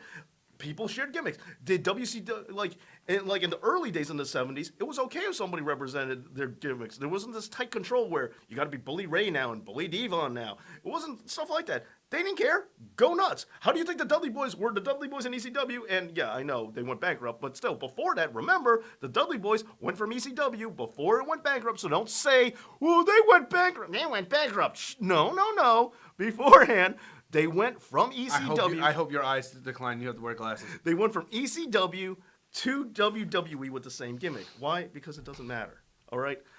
It's like I'm sure that if Paul had any problem with it, Vince would have just given him an extra $30. 35, pal.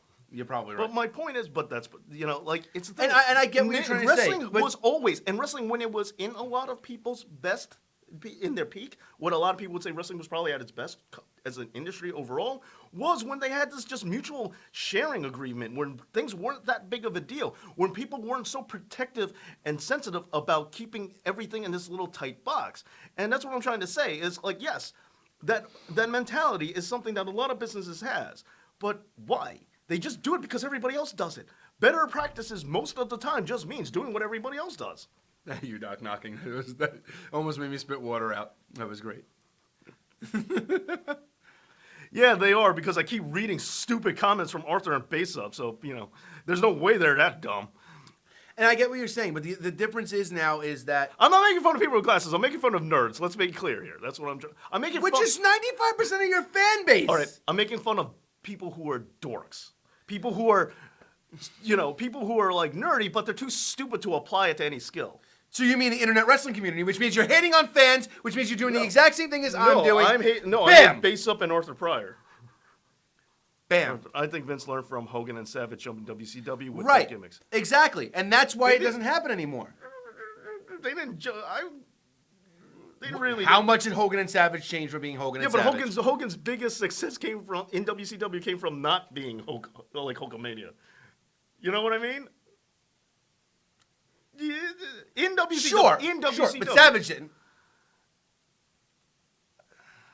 I think it. Macho Man's just always been the same thing. He's Okay, here. Oh, he's right. kind of just muted himself a little bit. It was in the NWO. In He's gonna wear black and WCW, white.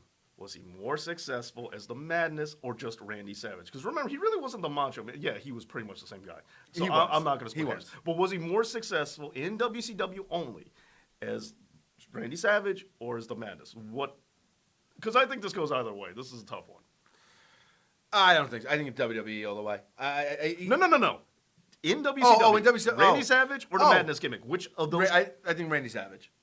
He goes the other way. I liked his work better, but I don't know if he was more successful. He won. I think he won 2 world titles under both personas. I know. That's why he's splitting hairs. It is. Yeah. And that's what I'm saying. It's.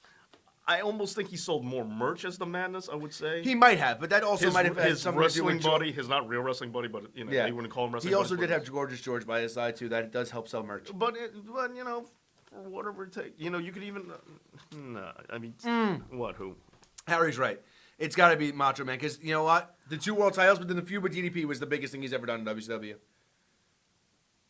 It was bigger than all of his world title wins. It was bigger than anything he's ever done. I don't know. You can make the argument of winning World War III, which I know he still did as Savage, but I'm just saying. Right. Again, it was Macho But I Man. don't know. It Like, was rehashing his WWF Here's a gimmick. it didn't go anywhere. And look at Nash and Hall. It didn't- Look, he said Macho Man, and he said Hogan, right? Nash and Hall. The WWE had to send a cease and desist letter because they knew that by letting them be Nash and Hall be Razor Ramon and Diesel, that was their intellectual property.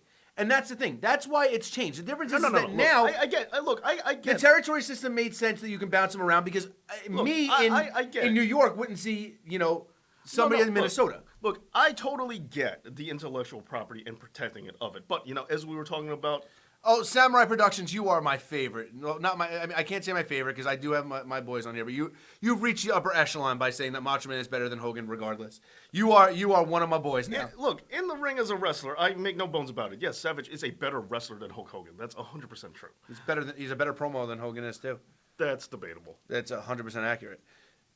Give me one Hogan promo that was better than the cream of the crop promo where he slipped a thing of creamer in Mean Gene's pocket. You don't want to do this. Give me one. You don't want to do this. Give me one. You don't want to do this. Come on. You don't want to do this. I do. Bash at the Beach 96 will start there. That's easily way better than anything Macho Man has ever That's done by only itself. the only reason is because of the context. Whatever. The It- context was created because he made that. Look, If Macho Man would have been given the opportunity to cut the exact same promo, it would have been here's better. why. Because one of the other plans was Sting. You're telling me Sting, with the same context, was going to cut a promo that good? No way. You know he's not. I love Sting. I'm not knocking Sting. I just don't think Sting can ever be a heel. But if you put Macho Whatever. in that position, yes. Yes, he would have cut a better promo than The Hogan. point is, if there's some guys who are going to do it wrong, then the context is not enough. It had to be the right guy. And I don't think Macho would have had... Big Blue Attack even agreed And with look, me too. look, if you want to say Macho... Oh yeah, cup of coffee in the big time. If you want to say Macho Man could have been the face of WWF like Hogan was, I don't really agree, but fine, I'll let it go. But if you want to tell me if Savage was given the same spot in the NWO that Hogan was, it would have been as big of a deal? Absolutely not. I'm sorry. The shock that you had the no. The shock that you had the ultra baby face because of Savage Hulk was a heel for such a Right. long time. Yeah, You see it it's not the coming a same little more. impact. Yeah, Yeah. it's not the same Hogan, impact. it I had completely to be agree. Hogan. Which is why it made sense for it was either going to be Sting or Hogan. But Sting because- can't cut a promo like Hogan can. I'm sorry. but the shock value. He's a much better wrestler than Hogan, Yeah. I'll say that, but he's not a better promo Right, than but that's the Hogan. thing. I'm just talking about the shock value part. Macho Man wouldn't have been as shocking because he spent 95% of his career as a heel anyway. Harry, what are you... Stop. What are you... What are you talking He's not wrong. It would have been bigger. No, Macho Man would not have been a bigger turn than Hogan. There's no way, dude. I can't even agree with that one. I Yeah. mean, I know you want to. I feel you reflexively wanting to. But Dave Hogan was right. Yeah, Hogan was the only guy. Yeah, as a reflex, I do. I mean, Viscera, like, are the other options? I mean, give me a heel Mabel? Cena. Well, Cena wasn't wrestling then. I mean, and I don't think that would be as big of an impact as Hogan either. No, he just said to make Roman stronger. But what, the turn to make Roman look like the bigger guy? I don't know. Wrestling fans don't like babyfaces anymore. I don't think that would have helped Roman. Like, really, the reality is Roman just... The reality is that wrestling fans don't like to be told who to cheer for. No, that's not true. It's like Finn Balor was very, very over as a babyface, for sure. Like, But that's only because he wrestled in New Japan.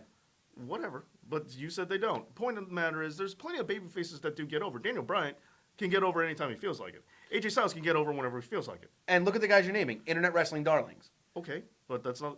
Well, first of all... And First you of all, know what? everybody in WWE... Like 90, Actually, you know what? You're right, because Seth Rollins was an indie wrestling Yeah, darling, yeah, and there then you they turned their back on him. But also, so, yeah, no, 90% wait of for the- them to wait for them to 90 get a sustained title run. 90% Then you'll get of then they'll turn. WWE's roster is independent. You're right. But look- so, I mean, come on. Like, Here- almost everybody there is. There's look, and I put this together the other day, and there's a trail of it.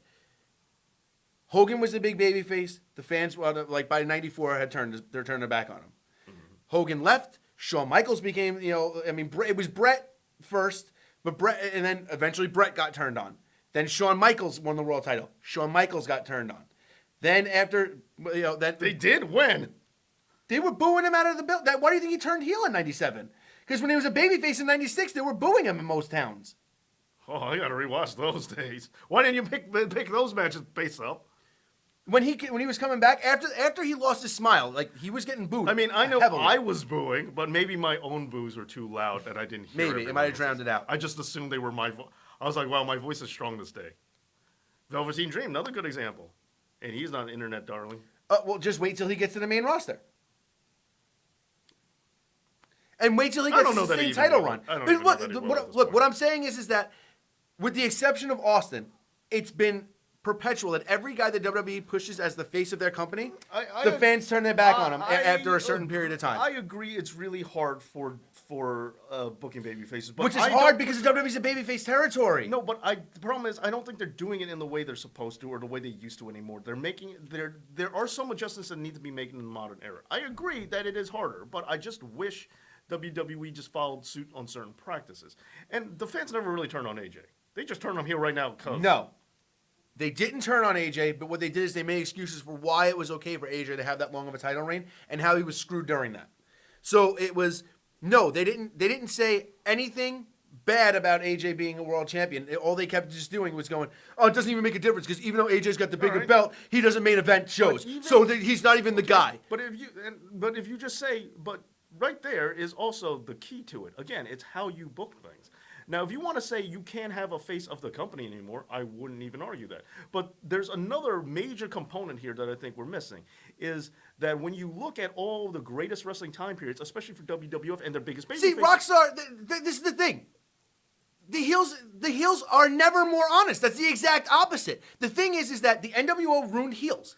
Because the NWO DX, when you became this cool heel thing, everybody tried to do that because nobody wanted to be hated. You know who I like? JBL. MJF. Hey, we'll bring it currently. MJF doesn't give a damn if you like him or not. He will be a dick to you at autograph signings. My friend met him at Toy Fair and said the same thing. He said I get it. MJF was a dick, like across the board to every person. Said that he had an 8-year-old kid.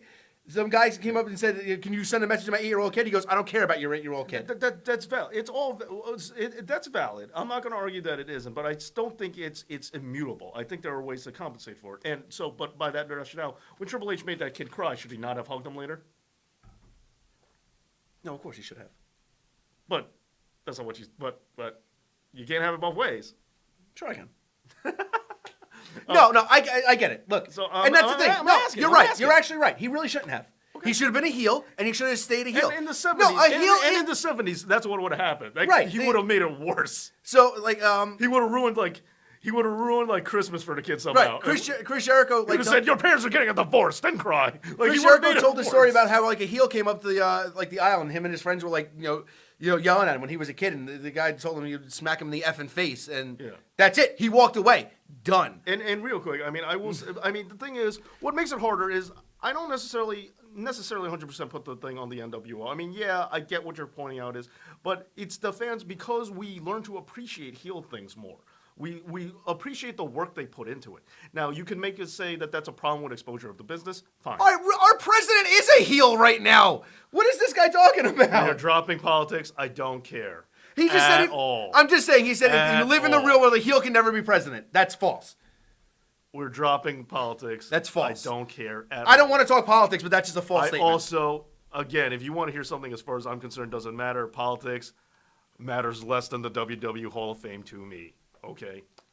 And if you say, well, who do you vote for? I don't. At all. There you go. But But a waste of my time. and he also doesn't complain about things. Well, if you vote, you have no right to complain, as George Carlin said. Right. And you don't. No, if you vote, you have no right to complain. And I don't, so therefore I can complain all I want. I think it's the opposite way. But No, George Carlin said if they try to twist it around, say it's the other way around. But you know what? If you vote, it's your fault this stuff keeps happening. You have no right to complain because you did it. See, and this is it. Rockstar Jojo Rodriguez, you are the epitome of being an internet wrestling fan at this point. That's the way everybody's now like, oh, I can't stand it. They're pandering to me. Yeah, the idea is that the babyface is supposed to want you to like them. That's their job. That is, but if they fail at it, then they have to try something else to do a different job. Anyway, this was my point. The point is, I'm not going to pretend like there aren't certain things to counteract it. And real quick, got to put my boy over, wrestling's richest prize, Darius Carter, for those of you who have been privileged enough to know his work. you know, there are people who are heels and they still do well. Darius Carter's Capital Wrestling this past Saturday, which, you know, if you were there live, you saw me floating around out there. You know, Darius can do certain things like certain well. Like, this is one thing I love. He's in a tag match. His partner is maybe a foot away from him. The referee's back is turned for a second. Darius just goes, and then leaves the ring. Doesn't tag him. He makes the clap noise. He's like cheating for the sake of cheating. There was no reason he couldn't make the legit tag. He just tags himself and leaves. I like that. Just for the other guy to come like in. that. And when he did it, I was right next to him outside the ring. I looked at him like, what a dick. Like, I went backstage and even told him. I was like, what a dick move. You were right there. There was no reason you could have tagged him. And he's like, well, what do you want from me? He's like, I don't know what you're talking about. And he just shrugged it off. I said this backstage. So this is what I mean. Straight like, healing. Yeah, heels can still do things that just make you go, oh, what an asshole. Like, you Right, can still but do it. but that's the point. You're supposed to just go, oh, what an asshole. Yeah, but that's exactly what I did. Like, he got me, and it's like, you know, I work. You know, it's like when you work there, when you work in the business, there's like this tendency people have, which I don't necessarily agree with, but there's this tendency in the business to just not want to be viewed as a mark. I don't care. I think it's fine. And I think it's awesome if you admit you marked out for something. If you got me, it's like, you know it's a work. And then if they trigger you, but then again, anyone who knows Darius really knows it's really not a work. It's just kind of the way he is. It's like he just does these things and you're like, wow, that guy's a dick. And it's like, Right. And it's like, but that's the way to do it. But That's the reason why everybody says MJF's the best heel in the Right, business 'cause right now. he's just Because he's such an asshole. Yeah. And again, another Capital guy. Just gonna point that out. Yeah. But you know, like, but let's also look at it this way. Sonny Kiss is super over. Sonny Kiss was easily the most over guy in Capital Wrestling history for my money. Close second, my boy Mike Law. Not gonna, of course. You know, Mike Law. No, you know, Colossal Mike Law, my boy. Of course, don't get it wrong. But I think Sonny would be the most over guy in the company's history. I think Mike would even agree with me on that. That's fair. But yeah, so these are guys over. I think the difference is, yeah, nobody likes pandering. That's true. But you can't keep pandering and saying, well, why doesn't this work? Because fans are stupid. It's like, you can't blame the audience. You blame the customers. It's like, if a movie doesn't do well, you blame the fans because they didn't see it. And that's what movie companies do. It's like the female Ghostbusters movie. Well, you fans are all assholes because you didn't see it. It's probably because you hate women. And it's like, well, no, maybe if you made a better movie. It's like, you can't, when your product isn't buying, blaming the customers isn't going to get them to come back. That's not how it works. Telling them they're dumb isn't going to get them to come back. And Arthur, I call you dumb because you know, I'm not necessarily going to be crying if you didn't come back. Yeah, and Harry, spit some knowledge on Arthur while we're at it. Yeah, can't Arthur? You want to go to Albert's channel? Arthur swears without him, this channel would be nothing. He thinks he's the common force. He probably left. He's probably not even here. That's right now. actually not even true. Without me, this channel would be nothing. Oh, I see. So Hawkins guy, yeah, He is. Yeah, that's who trained him. yeah. MJF, like I said, another Capital guy. But we need heels to be assholes. But when it comes to baby faces, it's, I think, a very different scenario. It's and I think, oh yeah, I meant to bring this up a while ago. One of the major problems I think we have nowadays is it's a missing element, and it's just one of those things you can't organically craft. It's just something lines up. If you look at WWE's best time periods, Hogan and Macho, Rock and Shawn. Rock and all, yeah, there's this dichotomy. It's like you need someone to root for and against for. Yeah. They have one part, like Roman, but also it happens in a more organic nature. Roman did not happen really as organically, I don't think. I think Dean was more over than Roman in the Shield before they broke up. Debatable. Maybe. It wasn't Maybe. wrong. It wasn't wrong. It wasn't wrong. But I think Dean Yeah. was more over. But the point is, he wasn't the right guy. Cena, I think, was organic. I think he did get over to a point, but the other part, you could make the argument that it was Cena and Orton, but I don't think Orton was as solidified as the heel as he should have been. I mean, it was Cena and Orton, and then it was Cena and Edge. But you know. splitting them on different shows hurt them Yeah, in that regard. it did. You need two guys who are coming up at around the same time. Like Rock and Triple H. Yeah, you're right. You need two guys who are coming up about the same time and see their rivalry. And I don't mean like in a feud. I mean, yeah, in feuds, but just see them go back and forth. It's like, you know, you're a chocolate guy, I'm a vanilla guy. You know, or I like blue, you like red, kind of thing. But instead, the focus on the war became between the two shows instead of the two guys. And if you have two guys to put in your main event scene, you could sell tickets to that for a while. You could get fans interested, and you could get the Daniel Bryan and CM Punk. Yeah. But that didn't work as good as it should have been because we didn't have one that was clearly better as the heel and one that was clearly better as the face. Sure, Macho Man went face. I'm not saying he didn't. Rock went face plenty of times. But let's be real here. They were better as heels. Yeah, and Shawn Michaels and Brett, same thing. But when they But even still, Shawn and Brett flip-flopped with each other. yeah, but you know who the heel is in this story and who the babyface is Right. in these pairings. I named Rock and Triple H. Even though Rock was the heel with Austin, with Triple H, Rock is the babyface. They may not always be on those sides of the line. Sure, Triple H was the babyface, and when The Rock was corporate and DX, that happened. But realistically, you know who belongs to what category. Yeah. And that is what the key is. We haven't had those two guys really represented. It's like we'll get one, but not the other. Or we'll get them pit together when there's not there. See, I disagree with that comment, though. You can't blame the customers if the product sucks. I agree to a can't. point, but by the same point, the WWE's product doesn't essentially suck. Everybody just says it sucks because it's a cool thing to do. No, it sucks because they give in. You might even like this because they gave they gave certain things that seems good, but they really aren't. I've said this over and over again. It's too much high-paced main event pay-per-view caliber wrestling on regular TV. I completely, way too much. 100% agree. That's dangerous for talent because that's the risk. It's dangerous for talent, and we're seeing those injuries come. Yep. I think the injury era is slowing down a bit because I think they're figuring out more how to incorporate this and tone things down. But there's smaller bits of wrestling. Like, you got to back off on a little bit. You're making these guys burn their bodies out, and it's just not, they can't really maintain this kind of schedule. So that's number one. You're giving it away too much, so why else are we going to look for it? That's one thing. That while it's good, it hurts the product. It does. The overexposure hurts it too. Yeah, there's too much wrestling to begin with. There's way too much. Way too much. And that's not even, and just even if you count just base hours of just normal shows that are on, just WWE, the 3 WWE shows and AEW, I mean, that's already 10 hours of wrestling right there. WWE should lean into Dean Ambrose. He was getting a way larger reaction and it was killed. Oh, yeah, like, I do think, now, first of all, I like Dean a lot, or John Moxley, whatever, but he was, to me, he was easily the most over in the Shield. They did stifle his momentum in the main event. I don't think they knew how to use him right. And it's the same thing. Now, I like Seth Rollins, but Dean and Seth could have been the two that they kept together in that main event push if done right, but I don't think they were. Well, they did.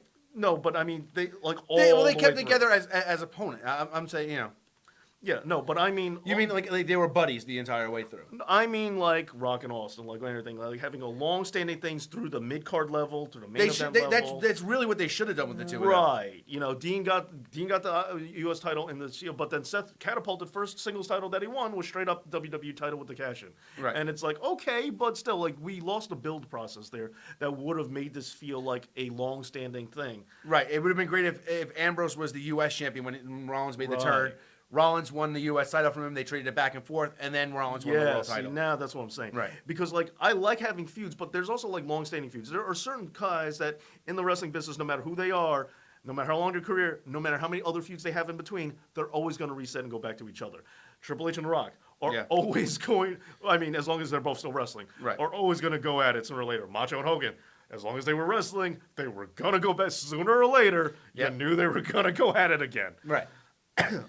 No matter how many times, they switched it around and, like, I don't know if I'm going to come and slap Hulk Hogan in the face or shake his hand. Yeah. They have to, and you want to, and you're not even complaining about it, Right.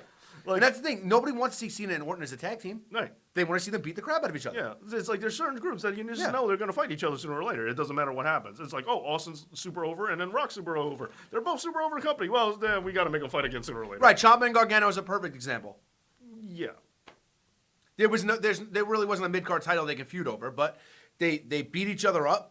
They had their matches, and then when everybody thought that this was going to be the end of their feud, bam, a new wrinkle got thrown in, and there's a world title involved. Yeah, so it's just one of those things, and that's what I think. And look at it now. But they came back together, and everybody was so happy, and then they tore them apart again. Like I think it was a little fast on this one. I'm not the biggest fan of that decision, but still, you way get my too point. fast. But that's what especially after Gargano just had that match with Balor. But I think it's what we need in the business, and that's what we're missing with the baby faces. So I don't blame baby faces per se, and when I say the booking, and I'm not cracking down on just management. Although I do have my issues with the way management handles things, what I am trying to say, for me, the biggest issue or what we're missing out on is that dichotomy. The two sides, we don't really get that the way we used to. Yeah. and that's what we're missing. And But I everybody also is- think it's hard for them to specifically book that way. But that's also a fault. But to go back to your point, it is a fault of the heel too, because the problem with it is the heel's job is to make the babyface look good.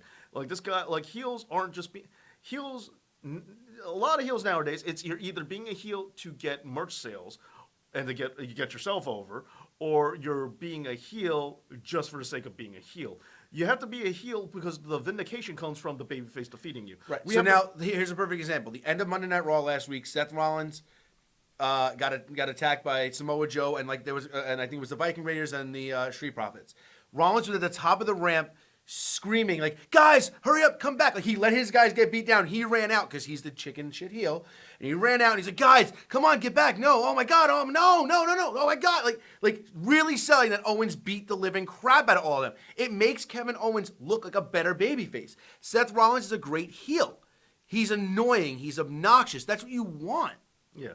And like they've had their opportunities. It's just they didn't line them up in the right way. Again, Roman wasn't the guy. However, Brock was a guy that fans legit hated. They just cashed in the momentum in the wrong possible way. The ducks were in a row in the right spots, but they just didn't do Roman the way they should have done him. And he just wasn't the guy to begin with. If I disagree with the part of he wasn't the right guy to begin with. Because But I'll put it this way, even though I don't want to get into a thing about this again. we're not, No, a different we're guy. not. A different guy. Oh, okay. I don't want to get into this about this one specific guy. Just listen to the point I'm trying to bring. Fair. I may not like the way it went, but at the initial moment it happened was good. Lex and Yoko. I don't think. Yeah, Sure. okay. No. Yeah. All right. No, We're not talking about how we feel about Lex Luger now. You're not. I personally, I don't. We're not talking about it. It is what it is. We're not talking about it. I'm just saying. For me, it I is know, what it is. I know. That's it. But That's the all I'm moment saying. was So, right. It Why? was. Because you didn't see it coming. It wasn't that Lex Luger beat the Royal Rumble record, won the Royal Rumble, did all these things, then slammed Yokozuna. He just showed up and slammed Yokozuna. You're like, well, that makes sense. He's a strong guy. It's like, I should have seen this coming. Another perfect example is when Rusev and Lana talking smack about America. Then Jack Swagger comes out. You're like, this makes perfect sense. Why didn't I see this coming sooner? Right. It's like it lines up well. Those are the best baby faces turns. Doc Knocking. Thanks for being here, man. Have a good night. Take it easy, Dog Knocking. Thank you for being here as well from me. But the Roman thing, they telegraphed way too much. They showed their hand way too fast that it was going to be Roman. It would have been better if, and even with the Royal Rumble win and all that stuff, what I think they really screwed up on is they ruined the logic behind it. They really screwed up on the logic. As far as The logic for Roman and Brock was simple. The Shield was all about justice, right? Like they were all about vindicating the right. And then they eventually did this, and I liked this when they got to it. They just should have gotten to it right away. Was when Roman said, "Yo, I'm tired. Hey, I don't care if you like me or hate me, but I'm done with this part-time bitch holding the belt." And then the fans actually cheered him when he said that, and that's all you needed to do. Roman had no motivation going into it other than I want it. It would be nice to have. If they gave him just a little bit of motivation to take down Brock, it would have helped. I still don't think Roman was the guy. However, if they gave him a little bit of motivation, that's all he needed. Brock was definitely the bad guy on this, but if they had somebody on the other end of it, that's all they needed. That could have been the thing to perpetuate WWE into the next row. And you know what the sad part is? The reality is, if he stayed with the company, and I understand he didn't, but CM Punk probably could have gotten that. I think that would have helped CM Punk be a better draw. As a babyface. Yeah. Because remember, he had the feud with Brock on the previous SummerSlam, lost to Brock. Then, if he stayed with the company, won the Royal Rumble, then went against Brock as the I'm tired, you're the typical WWE formula, these outside stars, you're never around complaining. Hey, I lost to The Undertaker the year before. How do you think I feel about being the last victim of the tree? CM Punk just went off on all these things. Oh, I agree. It was like, well, now we got Brock and CM Punk. It would have been the new dichotomy, and that would have been the ducks in the row. I understand it wasn't possible. I'm just saying that would have lined everything up, and it would have been the next thing. That's what I think. Let me get some more. You're still streaming. Yeah, we do that sometimes. We got to make up for a lost time. It's been a few weeks. So, Arthur, I actually agree with you. I've always said that. I think that Roman's had an it factor since the second he stepped foot through the door. I think that wrestling fans perpetuate this narrative that Roman Reigns isn't the guy just because wrestling fans don't like to be told who they're supposed to cheer for. which is funny because the formula doesn't work in WWE on the main roster, but it works in NXT. When Triple H anoints, like Finn Balor came in with, he just... As a heel. I mean, he came in as a face, but he turned heel right away. No, I'm talking about when he first got there. Oh, when he first got Yeah. there. So, Finn Balor. No, Hulk Hogan is the one who... Oh, wait, no, that was Tommy. My bad. Never mind. But yes, I get you. But, Balor debuted, and then, they were like, well, this is going to be our guy, so cheer him. Yes, Harry Flynn. AJ could have been it. But this was... I'm talking about WrestleMania 31. AJ doesn't have the mic skills. He could... And you know something else? If you kind of forget, AJ has improved in those mic skills in the short amount of time he was in WWE. He has. I ain't saying it's great. I'm just saying there's an improvement. My other thing is that I hate that nobody talks about how that AJ's not good on the mic, but everybody talks about how bad Roman is on the mic. Because at least he has something else that draws, is that his wrestling ability does get people, isn't compensated. Roman is not the wrestler that AJ is. No, I am not going to say that, but it's not like he's horrible. He's better than Hogan was, and Hogan carried a company for freaking 15 years. The gap between AJ Styles and Roman on the microphone, I think, is much closer than the gap between AJ Styles and Roman as a wrestler. I think there's a way larger gap there. I think Roman's a lot better of a worker than people give him credit for.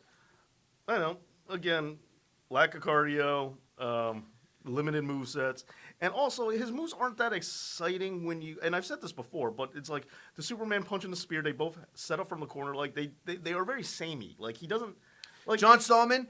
I say this all the time, and Dave put out a whole video about how I'm wrong about that, even though it should have been a video where me and him debated back and forth because it would have been way better because I'm right. You mean like Mondays for a year?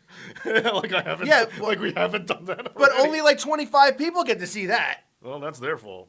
Well, That's everybody else. I mean, everyone else's fault, not you 25. I mean, yes, no, it's everybody else. Everyone else's fault for missing out on it. But actually, in case you haven't noticed, after we're done streaming, we get a couple of hundred people rewatch the stream. Yeah, So while we only get like 20 at a time, which I always thought was weird to me. Like I always wonder, like, how does that happen?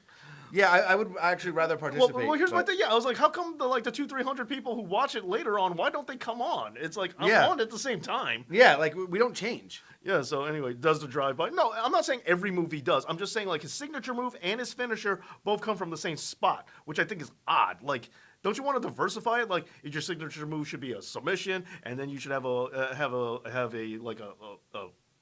hit or something. Degenerate. I don't know what. Yeah, I get you. Yeah. Degenerate. I get just mad for variety's sake. I get mad when wrestling fans bitch about anything. So you're asking the wrong person. No, look, you're talking about Roman. No, I mean you're talking about. See, what you say about Roman, I do think is mostly true for Cena. I don't think it's true for Roman. I put Cena because to me, Cena can talk. He's got a great wrestling look. He doesn't get hurt very often, so you don't have to worry about blowing a main event spot for WrestleMania that you've been working on for months. He doesn't ruin your long-term booking. But for whatever reason, they never really long-term booked him. I know. Well, Reigns really doesn't get hurt. He had he had that hernia that took him out for a while, and he had the unfortunate illness. Well, I mean, that's not getting hurt. No, it's cancer. but I'm just saying there are things that take him out of the equation for periods of time. I'm not knocking him for it. I'm not criticizing. And you know what? I'm just saying. It helped him a lot more. Yes, than it did. It did harm. But I'm just saying like. Cena has. Cena's a better in the ring, degenerate, and maybe he's not. Maybe Roman's in that Cena position now where WWE is making him only do 5 moves. Cena's got way better cardio. I'm a big cardio guy when it comes to that. Yeah, you're really huge on that. I don't understand and why. I don't care. I don't have because I don't have it. I'm the first to admit that I don't. It's like I appreciate it when I see it. Yeah, we talked about that earlier. But again, when it comes to professional wrestling, something that people don't understand is how safe and how clean can you look when you're gassed. The longer it takes you to get gassed is going to lend to your actual wrestling ability of how safe you can execute moves and how better you can execute moves. So the longer your gas tank is, the more your execution improves, or the more reliable and consistent it is. Okay, fair enough. But you point out 2 guys that you don't like their cardio over and over again: Roman Reigns and Baron Corbin. They haven't hurt anybody. First of all, they've kind of gassed. Their matches are crap. See, okay. Fine. Fair. Here's the thing. Dave hates Goldberg, so. They don't do anything. But their styles are, as a result, because of their poor cardio, their work rate has to decline. Or it has to be limited because they're compensating. So fine. But you don't get those things are correlated. Your moveset goes down. Come on, Goldberg. Goldberg, I'm not even going to touch that one. That's too easy. But But Goldberg diversified his moveset. Yeah, but he hurt people all the time. And then but just hurt everybody with everything he did. But that's just because he wasn't trained. But and I think we learned that from Big Show wasn't trained, but he didn't really have a reputation for hurting people. But he also had a very limited moveset. And then but that's what I'm saying. But then he expanded his and he moveset. also smoked. It's like you think these things aren't coincidences? As your cardio Yeah, Harry Flynn, I have a bone to pick with you. I got blocked on Twitter by some jerk, and you agreed with them. You're supposed to have my back and my back only. Whether or not you agree with it, If you you should ever have my disagree back. with Nikki Bella, he is not taking your side. I didn't. It was actually but about if you Roman did, Corbin and Roman. I'm just saying if you did. I'm just saying if you did, he's not taking your side. So I don't know if I told you about this. I got blocked on Twitter. You know who I get blocked on Twitter by? Anyway, continue. Because somebody posted something about the fact of that they're like, I can't believe that this Roman and Corbin thing is still going on. And I said, fans bitched for the longest time that you didn't get long-term storytelling. Then they give you long-term storytelling, and you bitch about the long-term storytelling. Just because it's long-term doesn't mean it's storytelling. The problem is this feud had a natural beginning, middle, and end, and it has expired, and then they just keep ending it again and again and again. It was told. Like, the plot was, like, it's long-term. It ain't a story, though. The story has done expired. This is the longest-lasting epilogue to a story of all time. Look, I'm not going to disagree that after the whole Usos coming back and dumping dog food on Corbin should have been the end of it. And I agree with that, but this was before that happened. This was before that happened. Yeah, okay. And you know what? It was over before that too. It was over before. No, that. He had to get his revenge. That's the whole idea. Is that he was embarrassed, so now he's got to embarrass Corbin back. But he also won in the Last Man Standing match, or the Falls Count Anywhere match, whatever gimmick it was. Like he also won that. Personally, though, I don't care how long this feud goes because number one, I don't watch SmackDown, and number two, when it's on a pay-per-view, I know I have a bathroom break. But look. So as far as I'm concerned, let this go on forever. It's like my when Roman was feuding with Jinder Mahal, people were like, "Oh no!" I'm like, "Oh yay!" Now I know what I don't have to watch. Degenerate, just really quick to answer yours. When the fans bitch about stuff like that, they aren't in the business. They have no right to bitch about stuff like that. That has nothing to do with anything. They don't know anything. But anyway, Arthur, I wouldn't complain, but. But my thing is, I don't know if I told you about this. What? I did a live honest promo on his girl just from boy. Justin. I put the white backdrop and I turned off the thing. I put on the suit and everything. Oh, he was so mad. I told guys, I'm like, I have something. It might take a while. Just gonna tell you. Do you mind if I do it? And everyone's like, yeah, go for it. And I came back and everyone was like, wow, this is amazing. Except for Arthur, who hated it. Well, I can see why. So what the hell was I talking about? Oh, yeah. So my thing was that, and generally, just despite how you feel about this specific program, every fan asks for certain things, and when WWE gives it to them, their answer is always this: who's asking for Roman and Corbin? No, they ask for long-term stories. Oh, so they're like, oh, well. But again, yeah, but that's not what I wanted. No, you wanted a long-term story, so they gave you Rusev and Lashley. Oh, but that's not what I wanted. So what? What does it have to be? It has to be two specific people that you're both in love with. As I said, it has to be an actual story, and that's there has been a story. They kind of jumped the shark, and I said this in a little bit. I'm not gonna disagree. Yeah. It hasn't been perfect, but you can't get mad. They're trying. They're trying to give you what you asked for. Was it perfect on the execution right now? Sure. I will give you they're trying, and that's a perfectly acceptable excuse if you're AEW. WWE has engineered and perfected the art of wrestling storytelling decades ago. But and if they can't do it now, that's a problem. And they haven't exercised those muscles in years. They are held in a higher standard because they have more critics, they have more viewers, they're at a higher level, therefore they have higher criticism. The standard is higher for them, and that's fair. I'm not disagreeing with that. I'm okay with that. That's fine. So if they didn't know how to do it, it'd be one thing. But we know they know how to do this. We know Vince knows better. We know that. And it's the fact that they don't is why we get upset about it. If you're a starter company like AEW, no, I agree with you there. You should give them. I get you that, and I do too. Like I've said this before. I'm not the biggest fan of. I like parts of it. Don't get me wrong, but there's a lot of things in AEW that I'm not the biggest fan of. But I give it leeway because I'm said, okay, maybe they'll learn their lesson. And we had this disagreement about how they ended the Nightmare Collective. Yeah, well, you were like, it sucked, so it's good that they ended it. And my opinion was, they could have at least put a little bit of a cap on it, just to, put it at the end instead of just. But I get it, but nobody is watching AEW for storylines. That's what I hate. Like, why not? Why AEW should be held to? If they're supposed to be this great company. No, because again, they're starting off and they're playing to a And different that's fine. And they're playing to the demographic that likes the flippy stuff.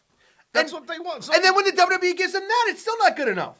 They'll give Because you Seth WWE Rollins versus doesn't- AJ Styles, because and then everybody will be like, "Oh my God, I can't believe they gave us this. Like, it's way too soon." because WWE fans don't like flippy. Flippy stuff is not enough for WWE fans. As a WWE guy, is it enough to sustain your attention?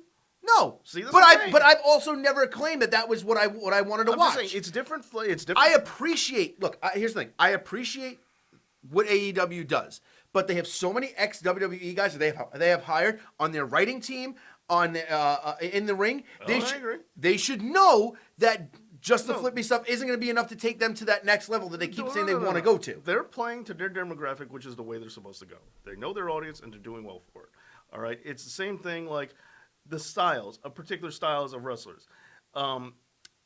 Yes, Taz- Samurai Productions fans are extremely petty. Taz versus Sabu in ECW. I don't know what we're talking about, but that's a fair enough example. It's like the ECW guys. He said that they want long-term storylines with people they like, and the storyline can't suck. Well, Taz and Sabu was a very good is a good example. Yes. Raven Sandman, not a bad one either. Jerry Lynn, Rob Van Dam. And the reason why I like to say, and here's the thing. The reason why I point out, I didn't just point out Raven Sandman for the sake of pointing out Raven and Sandman. The thing about it is that is a higher discretionary crowd, Philadelphia and ECW fans. Right. And let's be honest here, Sandman couldn't wrestle his way out of a wet paper bag. He could suplex a table, but I know, all right. But he couldn't suplex a guy. Yeah. Right. Sandman, but fans embraced it. Why? Because it was told well. Yeah, And sure. it wasn't even done with the best acting.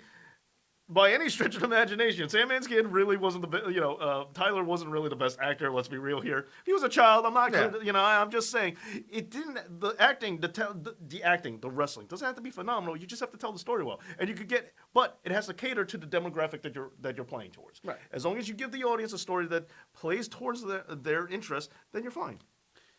See, Harry, I see where you're going there, but they took a year off in between that. But yeah, Johnny Gargano and Tommaso is a great example of that. That's long-term storytelling that was done well, and I get that. The point is that But exactly, Samurai- but are people not complaining that this is too soon? They're jamming together again.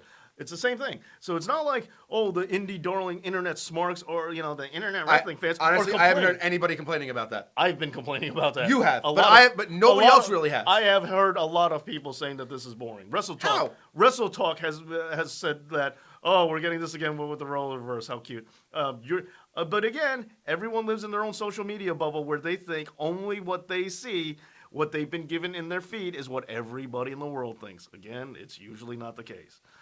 But fine. Ron Hawthorne, none. What, Ron? Sorry, No, none. Ron Hawthorne is a great guy. I like him. What do you say? No, I'm Which not saying anything negative about him. Non-WWE guy has AEW most successfully gotten over. None. MJF is Supposed to, that is the answer, but it should have been done way. They are dropping the ball with him for sure. exactly. Actually, I think they've done a lot with Jungle Boy. Yeah, but is he's Whatever not, the reason, I'm just saying. Yeah, but he's not Yeah, it's MJF or Jungle Boy. No, he's not. I'm just saying. like extremely The over. question is who's the most. And obviously the most over guys in AEW right now are all ex-WWE guys. All of them. It's Jericho, it's Cody, it's Moxley. Those are the three top guys they have right now. Those are the three guys they push more than everybody else.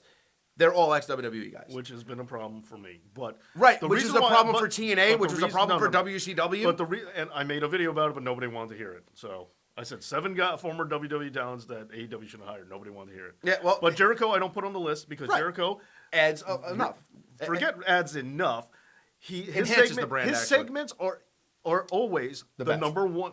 Forget how you feel about it personally. 'Cause The best. We're talking about neutral and talking about numbers and facts, which in Fair. case you haven't noticed, I tend to know. Jericho's segments are Pentagon, no. Pentagon hasn't gotten over in AEW, and the Bucks keep losing matches. No, they're not them either. Jericho segments are typically the highest rated segments of the entire show. Yeah, they are. And he's their number one merch seller with his stupid champagne and his dumb, gimmick thing that, personally I don't like it, but it's the one. But the guy knows how to make money. Exactly. He's the one making the most money for the company. Yeah. So while he is an ex-WWE guy, and I've said it, and I've said it, I didn't want them to put the belt on him. I know you He didn't. is easily the top biggest earner for the company. So Yeah. while, So, yeah, you kinda have to. He doesn't belong on the list.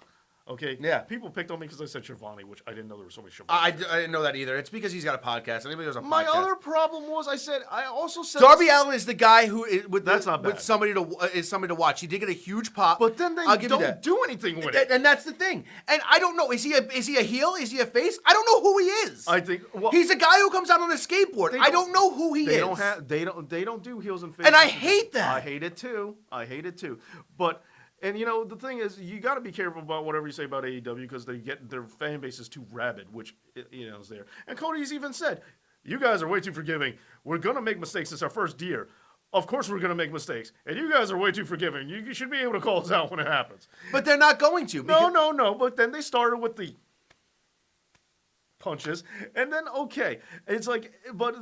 but it was weird. In Cody fairness, had to tell them to. in fairness- Cody had to tell them to. In fairness, those weren't AEW fans. Those are butthurt WWE fans True, who hate AEW. but that do AEW that stuff. fans weren't even defending that one. No, there's no defending it. You can't defend something that's bad. Look, it's the same thing as like there's been horrible matches in I don't know. You've been WWE defending Roman Reigns the whole time. because Roman Reigns isn't bad. But Anyway. I how many times have I said negative things about WWE? I say it all the time. I always say You things. do err on their side of believing they're right more times than not. Street Profits, did they win? No, No, they didn't. definitely not. No, apparently everybody kept saying that it was Montez Ford and Seth Rollins versus Dawkins and Murphy, which I don't know why they did that. That doesn't make any sense. And this is like supposed to be battleable. Okay then. And Ron Hawthorne, I'm kind of with you there. I can't take Darby Allin seriously either. I can't. I don't know what it is. Maybe it is his size, and I hate to be that guy, but at the same point, is he roughly the same size as Johnny Gargano? I can take him more seriously. Calling AJ Envoy. AJ Envoy's a big believer in size, man. And he's right, and I agree with him. Oh, I thought you hated to be that guy. Now you're embracing it. I hate to be that guy sometimes, But you are. But I am, yes, and I agree. Yeah, I mean, and I admit look, it. there's several guys that are in weird positions. I'll be the first one, or several wrestlers that are in weird positions. Kenny Omega and Darby Allin is a little guy, Paige. but he got over for taking those bumps when he was supposed to be a heel. What do you do? I'll be the first one, to admit that you're in a weird spot with this guy. What do you do? Well, I hate that AEW doesn't have clearly defined heels and faces. Not none. They have some. MJF is a heel. Jericho's a heel. Jericho and the Inner Circle's a heel. Yeah. Well, I do have my issues with it from time to time. I will admit that sometimes you get put in a corner. Darby Allin, they just straight up didn't know what to do because he was super over after taking those ridiculous bumps that you shouldn't be taking. But at the same hand, he's got to be a heel. But Alexa Bliss was in the same thing. She is amazing as a heel on a microphone. She's better on the microphone as a heel than a face. Yeah. But at the same time, you can't boo the most beautiful woman to ever walk on the earth. So what are you going to do about this? So, And I get it. there's sometimes where some guys are just, what are you going to do about this? And I get it. The problem is that in AEW, Darby Allin next week can come out and can attack Cody, and But you know what I mean? Like, but while I say that it's okay, but there's certain periods of time where you don't know what you're going to do about this. There's sooner or later you're going to have to do something. You can't just sit there for 5 months and not do anything about it. No, I know. Look, Jojo Rodriguez, you're right. But that's because Jericho surrounded himself with a bunch of people who did need more work so he can give them the rub and make them bigger and better by passing on his wisdom. Yes, Sammy Guevara is very young. I like Sammy Guevara a lot. I do don't too. get me wrong. He shouldn't have been I don't think he should have been a heel, and I don't think I think he's much better as a heel. I think that he's good because he's got character, but he had a natural ability to get over when AEW first started that should have lent him better to being a babyface. I think he'll be a bigger babyface. Jack Swagger now officially has no reason to be in AEW because he's not even the muscle anymore. Well, yeah, I don't know what that He is now officially not the big man anymore. He's not officially signed. Who Jack Swagger's not signed? No, what's his name? The guy who Jeff Cobb. Oh, Isn't officially like I heard he was. He's on like I'll appear sometimes kind of a deal. Oh, no kidding. Yeah, Okay. yeah. Well, either way, that was a mistake. And Baker Moody, that's the thing. Kenny Omega had all this momentum coming into Well, did you hear the story about that? that he wanted to take the back seat because he felt like he would be shoving himself down everybody's throats. Well, not only that, his goal for writing was that he was going to shed the layer of being the best wrestler in the world by losing a lot. Again, rumor and innuendo. Which is stupid. I know. Well, allegedly, doesn't- and that's the thing. allegedly, according to the story that I heard, again, rumor and innuendo, was that was his goal going into it for everything that you just said and more. And he was also the one primarily working with the women's division, which is and allegedly it was his idea to put Riho with the belt. I'm not going to speculate on all the rumors about why. Stay away from that. I'm not talking about it. But as a result, Tony Khan and the other people said, well, clearly you could not have failed all these ideas more. And allegedly his booking power has been lessened as significantly as a result. Oh, Allegedly, again, rumor and innuendo. and that's the thing. But here's the thing that bothered me all the time. Everybody complained about WWE and 50-50 booking. And then the AEW put 50-50 booking in front of your face by having people's records on the bottom of on the lower third of the screen when they came out. Kenny Omega, 6-6. Cody, 4 But 5 and 4. That's not what 50-50 booking is. 50-50 booking is when you take two guys in one feud and book one to win, then the other win, and then stop. Because in the end of the feud, someone needs to get over, and when you just That's not split it. what anybody was ever talking about when they talked about 50-50 Absolutely booking. it isn't. They brought up 50. Oh, I'm sorry, that's the actual definition for Right. anyone who doesn't know. I'm just saying that this is what everybody complained about. They complained about the WWE, like starting and stopping, like giving a guy a couple of wins and he gains momentum and then he loses 3 matches. Yeah, I mean, And that's what AEW did with almost every one of their talents except for Jericho. And that's my thing. You can't. But AEW fans are totally okay with that. As I said, there are tons of criticism. I don't get it. AEW. Look, to me, the 50-50 booking is for a feud. But if you want to talk about the momentum, okay. But I think it's different for Kenny Omega because Kenny Omega's momentum, I don't think they gave him any. Like, I understand that his record may say, like, he may be pretty fair, but I don't think He had none. Yeah, None. And that's my So point. I don't think it's 50-50. I just think it's down. But my point is I just that- think he was booked downward. That's it. But my thing is that that's what everybody said that WWE would do. Remember, there was that big push that Kenny might have signed with them. I get and the- they I get said, the momentum. oh, that's, he's going to come in, he's just going to win some and lose some, and that's who he's going to be. And then he went to AEW and did the exact same thing, and everybody just seemed to be okay with that. Real 50-50 booking isn't a feud. But if you want to talk about start and stop momentum, that's a different thing. Right, okay, then that's But what we're I talking think about Kenny, then. I think Kenny just had stopped momentum. Right. That's all I'm saying. I don't Right, think he had which to means start. that if he was in WWE, wouldn't they say that Vince McMahon buried Kenny Omega? If he was booked the exact same way. Thank you, Baker Moody. No, I think they'll complain that he's just getting booked downward too.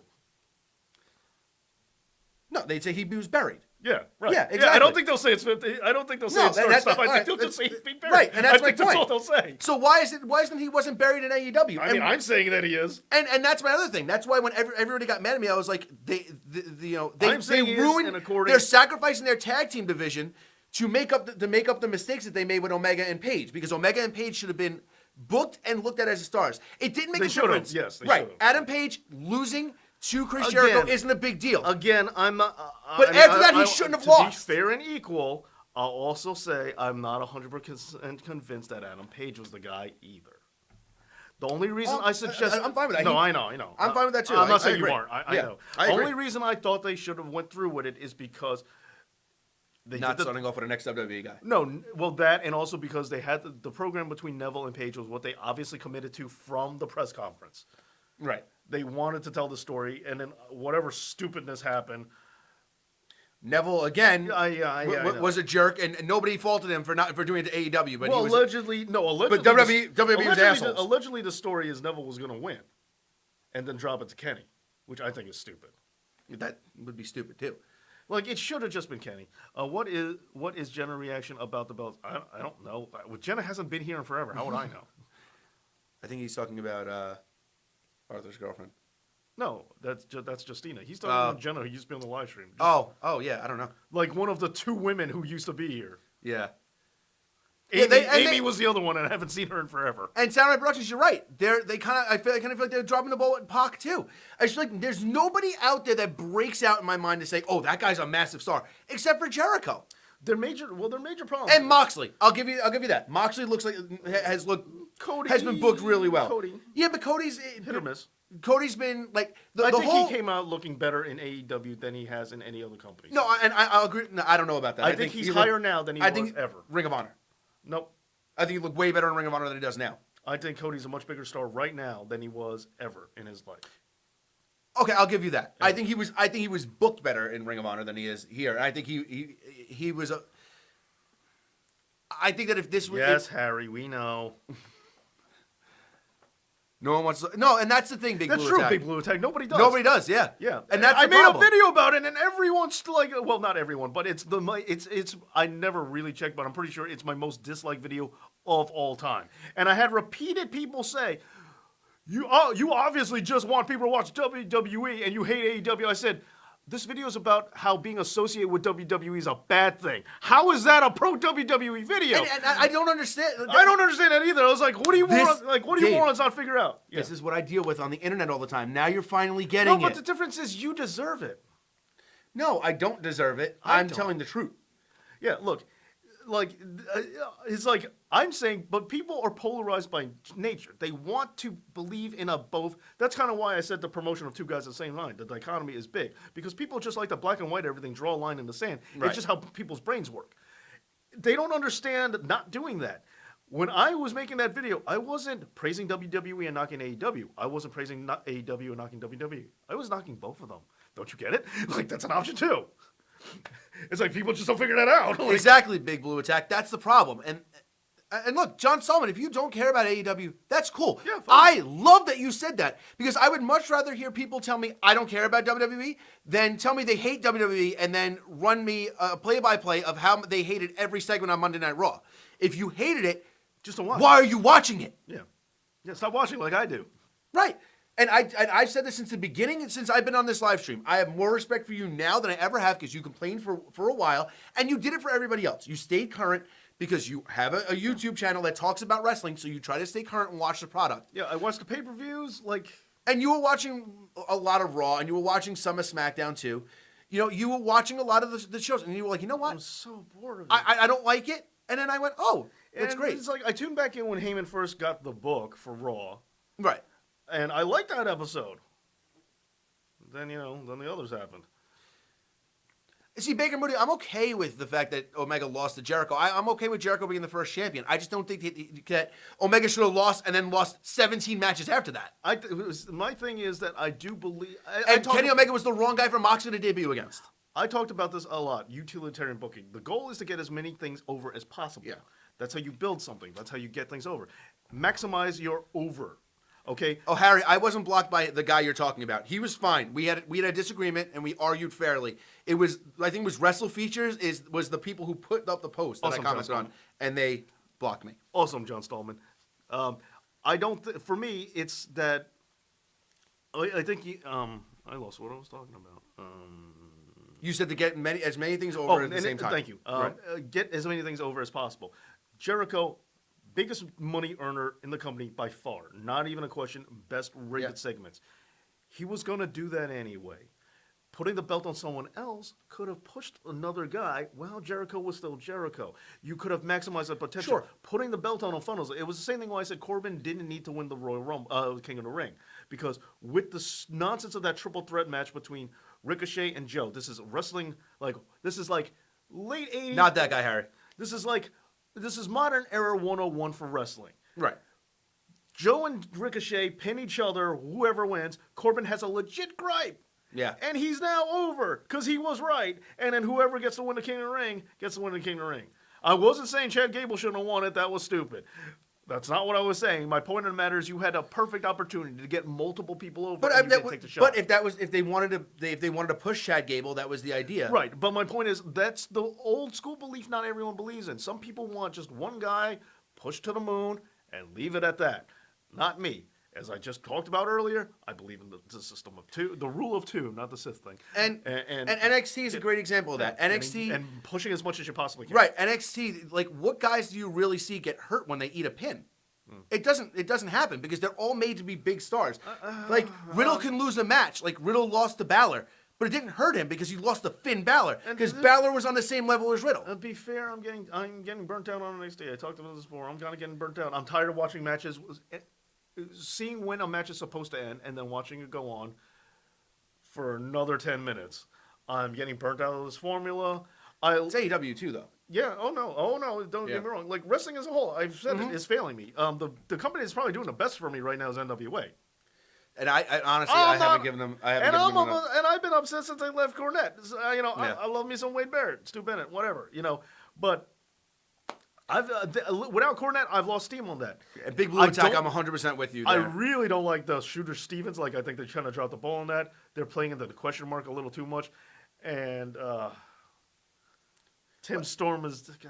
God, that story, again, they're being a dead horse. It was over. Done. Scott Steiner. Yeah. Yep, another old part-timer. There's several things they're doing that's disappointing me today, NWA too. Wrestling as a whole, and this year, like a lot, some people have been enjoying. I haven't been a fan. And New Japan really hasn't been doing anything for me lately either. I don't think it is Jim Cornette. I understand that there are people who don't like Jim Cornette, but he's exactly he's not exactly what I want, but he's a big chunk of what I want from a heel commentator. I think a color commentator. As I said, I love Wade Barrett. Maybe it's because I'd rather see Stu Bennett in the ring. Yes, me too. Maybe I'm going through, withdrawals with that. The second I heard he signed, I was so excited. I was like, finally, he's going to get back in the ring. And there was like, as a commentator, I went, ooh. The question. I was gonna start watching NWA right there, and then I was like, Wade Barrett's coming back to the ring. I'm in. Yeah. I'm a Barrett mark. I always have been. Same here. So like that could be a part of it. So but Big Blue Attack. That's your opinion. That's cool. Shooter Stevens. It's funny. The question mark is funny. I like it, but I think they leaned into it a little too hard. It's good for like a one-off when it got over way more than it's supposed to, but I don't think they should overplay it, which I think they are. The Shooter Stevens things. It's funny. I get it too, but having him do this karate gimmick is not where you go because if I'm not mistaken, Damien Sandow cut a pipe bomb-esque promo about all the dumb gimmicks he's tired of doing. And it's like, the You're Welcome was perfect. That's where we need Damien Sandow to be. Yeah. The name was odd. I never loved his name. What, Aaron Rex? No, Damien Sandow. I thought that was a dumb name. I thought you were talking about it now. Yeah. But yeah, so... And Ron Hawthorne, I completely agree with you. $2 Base-Up, my man. Thank you. Only companies I watch now are New Japan and Capital. Well, thank you so much, Base-Up. Thank you so much for watching Capital. You're the man, Base Up. But Ron Hawthorne, I agree with you. That's the thing. This is why I really got burnt out very quickly on AEW. One, over-exaggerated AEW fans who think it's the second coming of Jesus it burns me out too. But two, watching a Canadian Destroyer just being used 6 times in a match transition spot is like, come on, guys. I gotta be very clear, very, very thank you for the super chat, Beso. Really, really, thank you. Especially since it's been a while, but thank you so much. All right, video game indie style will be. That's what I'm talking about. Right, yeah. I'm. You excited about Melina versus Thunder Rosa, Dave? No. No. I don't think it'll be a bad match, but I'm not excited for it. I don't love the build towards it, personally speaking, but that's just me. Thank you, AJ Envoy. I always have you here to support me. Aldis blends better with an opponent that is just as good as him. So if Aldis faced someone like Zack Sabre Jr. or David Starr, it would work. Yeah, I think that's fair. Look, this Tim Storm thing was a necessary component. That was a necessary story to tell. Yeah. But it ran its course. And it's the same thing about that I've been saying. When it comes to stories have a beginning, a middle, and end. They're not just something that keeps on going. Right. One Canadian Destroyer is a move that has been murdered. Like in the and I hate it. And it's been on the independent scene, and I've been there. Outside Dies ruined by the independent scene. Canadian Destroyers are currently the thing that has been ruined. Some people say that about super kicks, but you know my feeling on super kicks. It's a kick. I don't care. Yeah. It's Harry, a kick. You disappointed me when you didn't have my back in that, but I still love you. Okay. Well, you gave him the mom talk. I'm disappointed. Yes. Wow, jeez. It's Wrestling Reality Today, sadly. Yeah, that's the thing. A lot of look, the blind loyalty cuts both ways. It aggravates me on both sides. WWE fans complaining about all the dives that the indie companies do. WWE does them too. Yeah, they do. Let's not sit here and pretend that They do. WWE doesn't dive all the time. It's like they're just as guilty of it. So. DDT has definitely been ruined. I think the it's DDT coming back. is coming It's back coming now back. because everybody. Yes, it I got agree. so ruined. Everybody stopped using it. I very much agree that I think it's coming back as well. Let's see what else we got. But you get my point. Like the independent scene has ruined a lot of things, which is unfortunate. Way too much. It's people kind of forget that Harley Race won the NWA title with a suplex. Right. And that's based up. You're right. The DDT was a finisher at one point, and then everybody started doing it, and that's it. Only person I'm wowed by is when they do a Canadian Ricky. No, and I agree with that. Yeah. I'm wowed by it, but it shouldn't happen. It shouldn't happen, but it's crazy that it can. But that's the thing. You took a move that Petey Williams, anytime he hit that move, the match was over. And, then all of a sudden you randomly just, then like Adam Cole starts using the Panama Sunrise. And I'm like, okay, he's using it as his finish. Cool. And then all of a sudden, somebody else started doing it. And then now it's just a move. And I hate that. Yeah, it's like NXT. Like NXT is very guilty of it too, and it's like I never liked this stuff. And the parts of NXT that really enthralled me, that I really liked, was how old school it was when its mentality. And look, it's maybe I'm old fashioned, and I do always think that there's a possibility that people eventually what they recognize as wrestling becomes so far removed from what the product is that they stop watching. Maybe I'm getting there myself. I'm at the right age for it to happen. But the thing is, a lot of my dad said the exact same thing. Yeah. My dad was like, he liked the slow plodding '80s pace. Yeah. He liked it. He didn't, and then like you see this new flashy stuff, and he sees it, and he's like, that's cool. But that's why my dad liked the Attitude Era too, because it wasn't an emphasis on, you know what I mean? Like it was basic wrestling. But also remember, there were a lot of people who criticized the Attitude Era as not being wrestling either. I mean, I agree with you that it was. It was just, the packaging was a little different. But, right. But I still think it followed certain aspects, parts of it. Don't get me wrong, there were some parts of it that didn't. But right. Tim Storm should be in color, and Stu Bennett would be back in the ring. I like Tim Storm, but I agree with half of that statement. I'm not sure that I want Tim Storm on color commentator because I prefer my color commentators being heel. Yeah, I agree with that. I don't It's Jim Cornette definitely was, and Stu Bennett, while I like him a lot, he's supposed to be a heel, I think. My thing is that like unless the babyface is they switch a dynamic and the heel is the play-by-play guy, which isn't ever really done, and it's an when it was done, I didn't like it. Michael Cole. Yeah, it didn't bother me too much. You just don't like Michael Cole. that's true. Yeah. In-ring storytelling is better than flips and dives. Yes, I agree. 100%. I absolutely agree. Bennett is definitely a heel.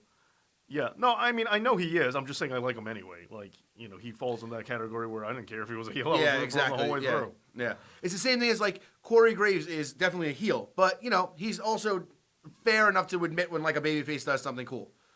Yeah, that's a newer school thing where they kind of loosened up on those rules. But I personally loved it when the heel was. Yeah, I mean, Jerry Lawler and JR, it was perfect. JR just. The Brett turn was the best example. Yeah. I just sat there with bated breath going, how is Jerry Lawler going to feel about this now that Brett's bad? He always roots for the bad, but he hates Bret Hart.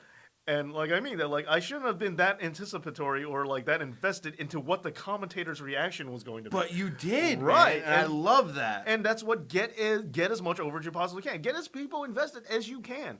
Look, the thing is, I don't think wrestling fans today lack commitment or lack emotional investment. They have it. It's there. That's why they get all angry over the internet. But the thing is, funnel that to use it to your advantage, which nobody does. Base up, I'm not going to disagree with you there. You want to talk about the best in-ring storyteller in the world right now? I think it is Okada. I very much disagree, but okay. I still don't understand that. Why? Who do you think it is? When you eat a guy's finish and then 10 seconds later, there is no sign that you took anything. That's a problem. You're right. Actually, you're 100% right. I take that back. I hate that about him too. But you know what? That's also New Japan's style. It's not him. That's just his style. Hold on. And I hate that. Hold on. To be for as far as I'm concerned, and listen up for all you nerds. Obviously, you don't understand the New Japan. Shut up. As far as I'm concerned, it's really all Japan's King's Road style, which I did the video on. And the way I look at it, it's like I understand King's Road style tells different stories than American Western wrestling does. I get that. It's not that I don't understand it, but I still don't like it. And I'm also not going to be the first. I like certain aspects of King's Road style. You don't like all of it. Again, I don't like all of it. And I don't think that. Oh, and I'm a huge Okada mark, okay? But I don't think Kenny Omega and Okada did King's Road as good as some other people in All Japan. All right? I also don't think that... Here it goes. I don't care. Go ahead. And you can sue me if you want. That 6 and 7 star match, I don't think that was anywhere near just as good as what Okada and Tanahashi did. And I agree with that, too. I mean, my problem is a lot of people, and I think Okada is capable of it, but I don't think he's by far the best. But that's what disappoints me more. Because there was definitely a storytelling... And Jason Oliver, you're right. You know what? Like, this has been, again, rumor and innuendo, or just things I've reported. But a lot of people have told me when WWE reviews your stuff, when they're considering hiring you, I've been told this. Whether they actually do it or not, I don't know. But I was told what WWE actually does is when they review your match, when you send it to them, they actually turn the sound off. They will not listen to it. What audience. like that. So don't give me a promo because they're not going to pay attention to it anyway. Don't tell me, show me. And they want to sit there and watch the match, and they say if they can't figure out who's the heel and who's the face within the first 10 seconds, that's a problem. And if they don't know what the hell is going on storyline-wise, they just turn it off. And it's like, that's what you should be doing. Yeah. And I've said that on the channel before, Yeah. too. It's like, turn it like, I should be, it's plain as day. And people don't want to admit it. And again, I've been weighing pros and cons from every company in case you want to notice who's unbiased here. WWE is to this day, and they always have been, even with the lackluster things they're doing now, has always been the best at when it comes to storytelling. If they just are. Now, some people will say WWE stories are juvenile and parochial. Okay. Fine. Some of them are. That's fair. Fine. I will not argue that. But they have one. That's my defense for it. I agree. I'll be the first to admit that. I don't have a problem with juvenile stories because, every kid's first, there's a kid born all the time. Somebody's got to, kids got to watch wrestling sooner or later. Yeah. So, like, if you got to dumb it down for a child, oh, well, that's not the worst thing in the world. That's how most of us got into wrestling. Very few people are, like, full-grown adults when they decide to give wrestling a shot. Like, Yeah. how many people do that? You know who it is? It's women who have boyfriends who are wrestling fans. That's true. That's it. That's That's true. really what it turns out to be. Or let's be And they fair. tend We're to- in 2020. Yeah. Other men who have boyfriends who are wrestling Yeah. fans. And to be fair, those significant others tend not to complain about the juvenile stories either. Right. It's You're like, oh, I get it. It's cute. He's mad because he took his thing. Okay, fine, fight. It's right. like, Get it? Okay. like they understand the concept of it. Like, and that's what the point. They're not the ones complaining about. The people who are complaining about the juvenile stories are people who've been watching since they were children. And I get that you're tired of it, but I think there's a fairness for, again, the greater wrestling community, new fans, but also personally, I don't tire of the simple plots. They're fine by me. Yeah, I'm okay with that. you know, babyface does a babyface thing, heel does a heel thing. Now all of a sudden they have to fight. I'm okay with that. Right. That's fine. Like that's the basis of professional wrestling. Right, but what I have a problem with is when there's certain ducks in a row that don't line up, and I'll also be the first one to say there are better things. Like the Lana Rusev Bobby Lashley story got way too convoluted, way too fast. It was a simple story. Your girl's cheating on you. Here's the guy. And as I said in my exact video, if they had an emotional arc, if there was in a previous video about the bad play where the hero's right, if you talked about it in the right way, it was on pace to be a good story. But Lana and Rusev didn't do that. They got convoluted. They had no real emotional arc. There was no real change for the characters. And that's why I said Maria and Mike Kanellis, if they had followed through with that Would have been so much storyline, better. it would have been Yeah. better than Lana and Rusev, regardless to how you feel about it. And if we want to really do this right, if Rusev was the father and they did cross them, like, of course, yeah, how about that idea? And the other thing is that what everybody lost on this is everybody was so mad that this is how they brought Liv Morgan back. She's getting the biggest push of her damn career. She's in the Elimination Chamber. Yeah, well. I'm just saying, like they got so mad. Oh, this is how they're gonna bring back Liv Morgan, and now she's in. I didn't care. I didn't Regardless care of the about- fact she's in an Elimination Chamber match. Last year she wouldn't have been in that spot. I didn't care about it one way or the other, as long as I get to look at baby you girl. You just like Liv Yeah, Morgan because is- she's pretty. is she on and my look, TV? And look, I'm not going to disagree with you. She's attractive. I don't think she's as attractive as everybody else makes her to be, but that's my own personal taste, and I Yeah, it's accept okay, that. you're wrong, it's fine. Anyway, but that doesn't deter me from the fact that she never showed me, like, she's still to this day, even now, the promo she did against, I don't know if you saw the promo Yeah, she she's did not a great promo. against Ruby Riott. Unless she's in the bathtub, then it's amazing. Again, Amazing. but that's my, Oscar worthy. but that's my point.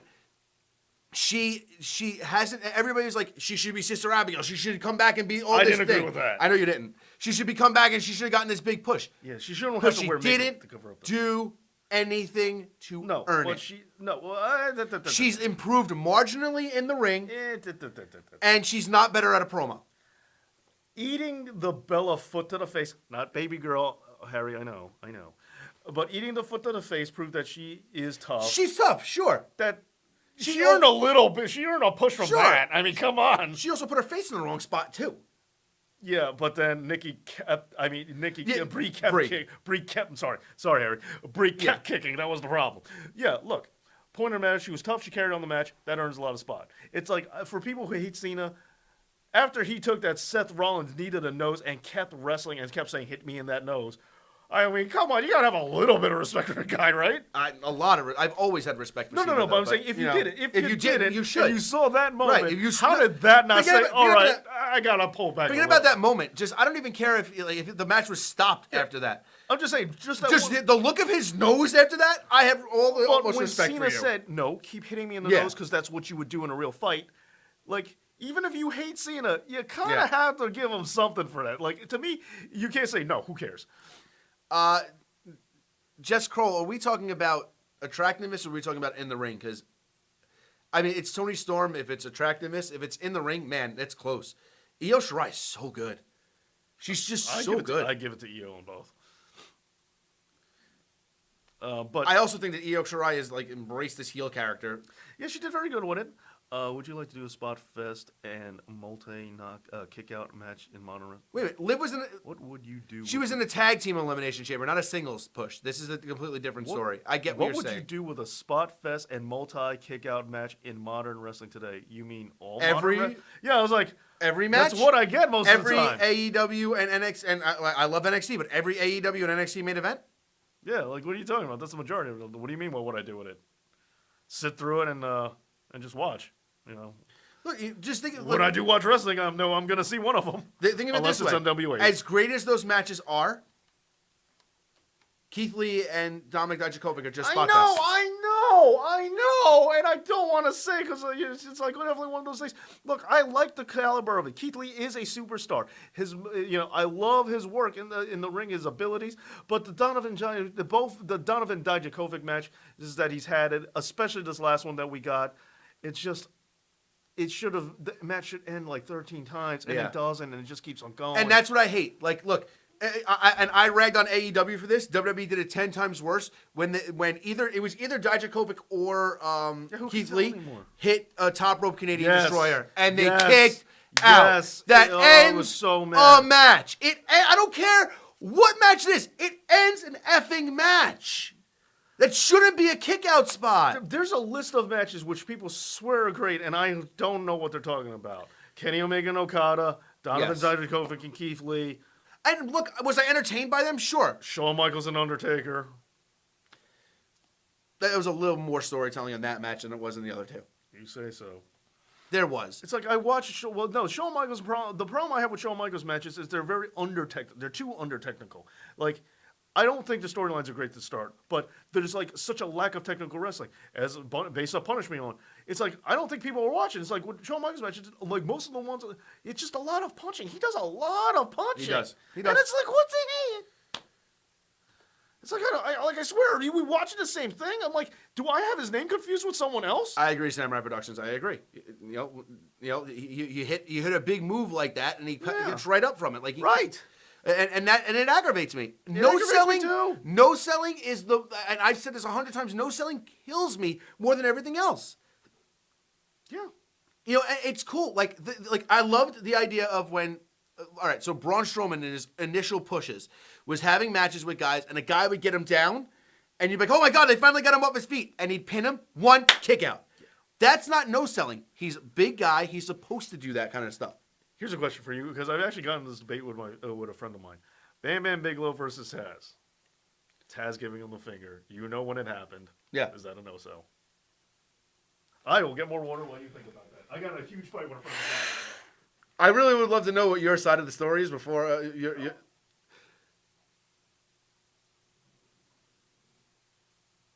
See, AJ Envoy, I don't even agree with that. Like, it shouldn't be that way. They should be exhausted. They shouldn't be kicking out of those moves. I think it was a no-sell. I said it wasn't. Yeah, I knew we were going to disagree too. It's a tough one. I get it. I said getting up and giving the finger was the sell. Like, that's what it was. It was Taz, like, powering through. Because I think it's a hard... There's a difference between completely no-selling something and selling the idea that you're shrugging it off. To me, that was clear that you're eating it. But there are some guys like Shibata, I think, is super guilty of he'll take everything, just get up from it. Well, no wince on his face, nothing like, oh, I powered through this. Like, so... He'll just get up. I mean, he'll just get up with no blank expression on his know. face and just get up and just sit up from a suplex like nothing happened. Just get up and roll. Like, okay, let's do the next thing now. And I know you're probably going to complain about this, but hulking up, Some people say it's no selling. I don't. I think the whole. I know. To me, the hulking up is like the fans are willing me. That's the sell. I've never been mad about the hulking up part. Wow, I thought for sure I was going to get you on this. But it's not no selling, right? It's the 2 seconds before that where he kicks out of everybody's finish. But is the hulking up no selling? He does no sell while he does it. That's not what I'm asking. Is the No, hulking up? the actual physical aspect of Hogan and Warrior getting up and going like this isn't no selling. When somebody punches him and it doesn't hurt him, that's no selling. And it's horrible selling when somebody kicks out of somebody's finisher constantly every single match. Are you more thinking about Warrior WrestleMania 7 right now? Did your brain switch gears? Yeah. Okay. That hurt me more than everything else. I'm not the biggest Shibata guy, and a lot of people assume I would. And look, I never thought you would have. No, I mean people here. He does. He does everything. He does everything I hate. And he doesn't sell. I know. Yeah. He does everything I hate. Why would I like him? But some people assume I would. And here's the other part of it. Look, I don't hate him. I won't say that I hate him. But I think he personally ruined the never open weight division. I agree with that. Wrestling Forever. How are you, buddy? You know, I tend to take it easy Welcome. because I know he has an extremely loyal fan base, and I understand he got And that's seriously fine. hurt, and I understand he got seriously hurt, and I'm not Yeah. trying to kick a guy while he's down. I'm just trying to say that You weren't a fan. right? Yeah, That's fine. You're allowed to do that. I wasn't either. you have the power to change the prominence and presence of said spot fest matches in modern wrestling. What would you do to them? Sell. Introduce more psychology. Yeah, When a storytelling, guy- psychology, and selling. Right, and this is the thing. I've said this before. I hate this whole new style of selling where big kick, another big kick, and then they both stand there for a couple seconds, then they hit an even bigger kick, and then they both fall down. That's not selling. You should have sold the initial kick and went down. Then you should have picked up, reversed, and then hit another kick. Then based on true to form, here we go. Oh boy, I'm not a fan. I'm not a fan. With the fact that is actually one of I knew I knew I was going to open up the floodgates on this one. Look. I'm not recanting my statement, but I'm going to clarify this. One thing I will give the Shibata run into the never open weight division. I will acknowledge that he sold a little bit more before that. But when they knew they were transitioning him, they tried this thing where he was no selling, a lot of moves to sell that he was a strong style guy going to be in this division. It was in an attempt to put him in that division and show you why he can hang with the likes of Ishii and Makabe and people that you would say, this dude has no business in the ring with these guys. I get that. Yeah, I agree. I don't think it was successful. I get the logic, but I don't think it worked. Now, Ron Hawthorne, Let's see if that changed anything or if it's just if I'm still in this hornet's you nest. probably are. I But, probably am. But Ron Hawthorne, that's the thing. Like that whole fighting spirit thing is a bullshit way of just saying, I get to no sell. And that's like, look, and I hated like the Dragon Lee versus Hiromu match. I hate bringing this up because of how bad Hiromu got hurt. yeah, I know. Yeah. But how many German suplexes do they have to no sell in that match? That makes the German suplex in every match that follows them. Why does anybody else get hurt from a German suplex? And before anybody counters it, the point when Chris Benoit did the rolling one, it's not like the guy was getting up in between. He was them. picking them up. Right. Anywho, my other point of view for it, though, is that, and again, I know I'm just going to acknowledge the few of you that are there with the, well, obviously you don't understand that King's not all Japan style. God damn it. I'm making fun of you. I'm making fun of Don't care. The point of it is, I'm saying that when it comes to the All Japan style, I understand that the idea for a long-standing feud of building up the storylines, that if you take one finisher, that puts you away, but you build up a tolerance to it, and it's about building that escalation and the feeling out process. I get all that. I understand that. But when Shibata is no-selling a move he's taken from a guy for the first time, that is not what that is. That is not King's Road style selling. Yeah. That is not what it is. I agree. Okay? You want to say that Kenny Omega and Okada had started developing tolerances to each other's finishers because of all the time they wrestled? Okay, fine. I don't like it, but I acknowledge it. And I if get it. And if it's explained in But- commentary. But you have to acknowledge that that is King's Road style, and it is not Strong style, and it is not New Japan. As long as you acknowledge that it's all Japan stuff that they're doing, then we'll talk. But there are other aspects of it that I don't like. I don't like the lack of selling as a whole. And AJ Envoy, I do believe in less is more. Not so much. But I also don't think that in every match. Okay, so here's a perfect example. What I loved about AJ Styles was that in TNA, he would finish all of his matches with the Styles Clash. But in the big matches, he'd break out the Spiral Tap. And I like that. Don't give me all of your moves in one match. And if you're going to do it, it should be the main event of WrestleMania. Base upset that Okada never kicked out of the One-Winged Angel. Why do I feel like that's not true? I really don't think that's true. But even if it is, okay. It's not like he never no-sold the knee trigger. And maybe he didn't kick out, but it's not like he got... I'm like convinced I seen him get out from it. Yeah, I think Maybe like... Okay, but even if he didn't, it's not like the knee trigger. Like, I know it's the V trigger, but I want to know why more people don't call it the knee trigger as a joke, because it's right there. It's really obvious. I actually called it the knee trigger for a very long time before I realized it wasn't that. Yeah, it's a video game reference. There's also a bad thing with overselling too. Depends on who you're talking about. It would be refreshing to see somebody oversell. Like yes, people- the Shawn Michaels and Hulk Hogan match. Yes. Shawn Michaels purposefully oversold. Dave, you should know that New Japan and All Japan are not so friendly. No, I know that. That's what I'm saying. I admit that.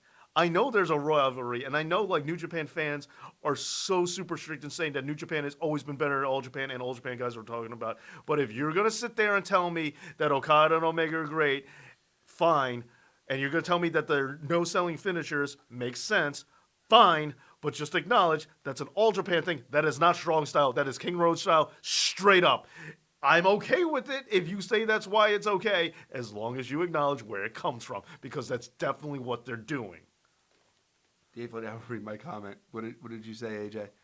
I want a guy to have like a hidden submission that he does on big shows, like Brock doing the Kimura lock. Yeah, no, yeah. and I like that, and that's what I like. Like Yeah, I like, right, agreed. Yeah, like I like the fact that these guys have big match moves. Like the middle rope Styles Clash should only happen. Bret Hart's figure four around the ring post. Granted, Right. you can't win with that, but it was he means business. Right. Even though it was the same move when Kurt Angle took his straps down, you're like, oh snap. Right, exactly. Or when Kurt cinched it was his big one. When he When put he the laid legs down, over. yeah, He put the legs over.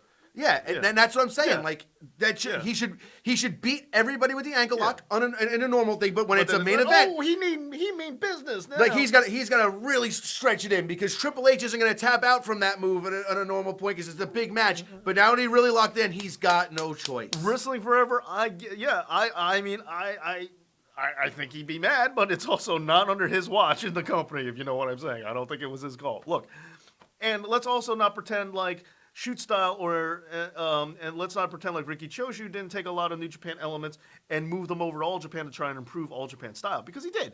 And that's the wrestling industry. You get influenced and helped out by other people. Of course you did. So, it happens. But just acknowledge it, because, yeah, I get there is that long-standing rivalry. That's not why I said that. I don't know that that's not there. It is there, but just acknowledge that's what's going on here. And that's the thing. Like, I also and I don't like no selling at all. Or alternate selling for different reasons. Like when people would just take the stunner in the Royal Rumble and all of a sudden be standing. Like, why? No, let him. It's because Austin intentionally lightened the hit just to make it easier to eliminate them. No, and I hated that. If commentary said that, which and they never did. But if they did, Now it might Booker shut you up a T, little bit. on the other hand, Booker T got hit with a stunner and flipped over the top rope afterwards. I was cool with that. But when Triple H in the 96 Rumble eats a stunner. Is the most blatant. Rock in 98. Oh, Triple H was bad too. Yeah. In 96. He goes like this. He drops to a knee and pops right back up and gets clotheslined out. Like, come on, man. Like, just let it fall to the ground. Let him pick you up and throw you out. How would you feel? I mean, they might have done this for all I know, because I haven't bought a game in years. But what if they had like that as a move in like the Rumble stunner that only stuns people? So they have special rope finishers there. Right. They should put that in there. The Rumble stunner. Yeah. It's stunner. Austin comes back up and clotheslines you out. Yeah. Joe Mama. Oh, okay. Is it 3 more minutes? Yeah. We'll wrap it up. Yeah. What are your thoughts on NXT Japan? They're trying to make the. I've said this before. Yeah, they tried and failed, but really, what I think the idea is, and this might seem like an about face on my previous stances on like someone like the Jinder Mahal and why that experiment failed. But I really think I've said this before.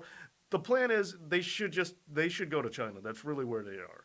Yes, very much there is a difference between Japan and China. I'm the first one to say that. However, the reason why I say this is because NXT UK is really NXT Europe for now. I don't think it'll stay that way, but at least for now, it's a big UK. It's really not. It's in mostly the UK, but it's really working as NXT's farm system for the greater Europe. Yeah. I think NXT needs a greater Asia thing, and while they've made several attempts to acquire a Japan company, which is easier, acquiring a company and growing from there, like they did with FCW, Right. it's going to be in their best interest to do that. That's not really an option. They've been blocked every attempt they get.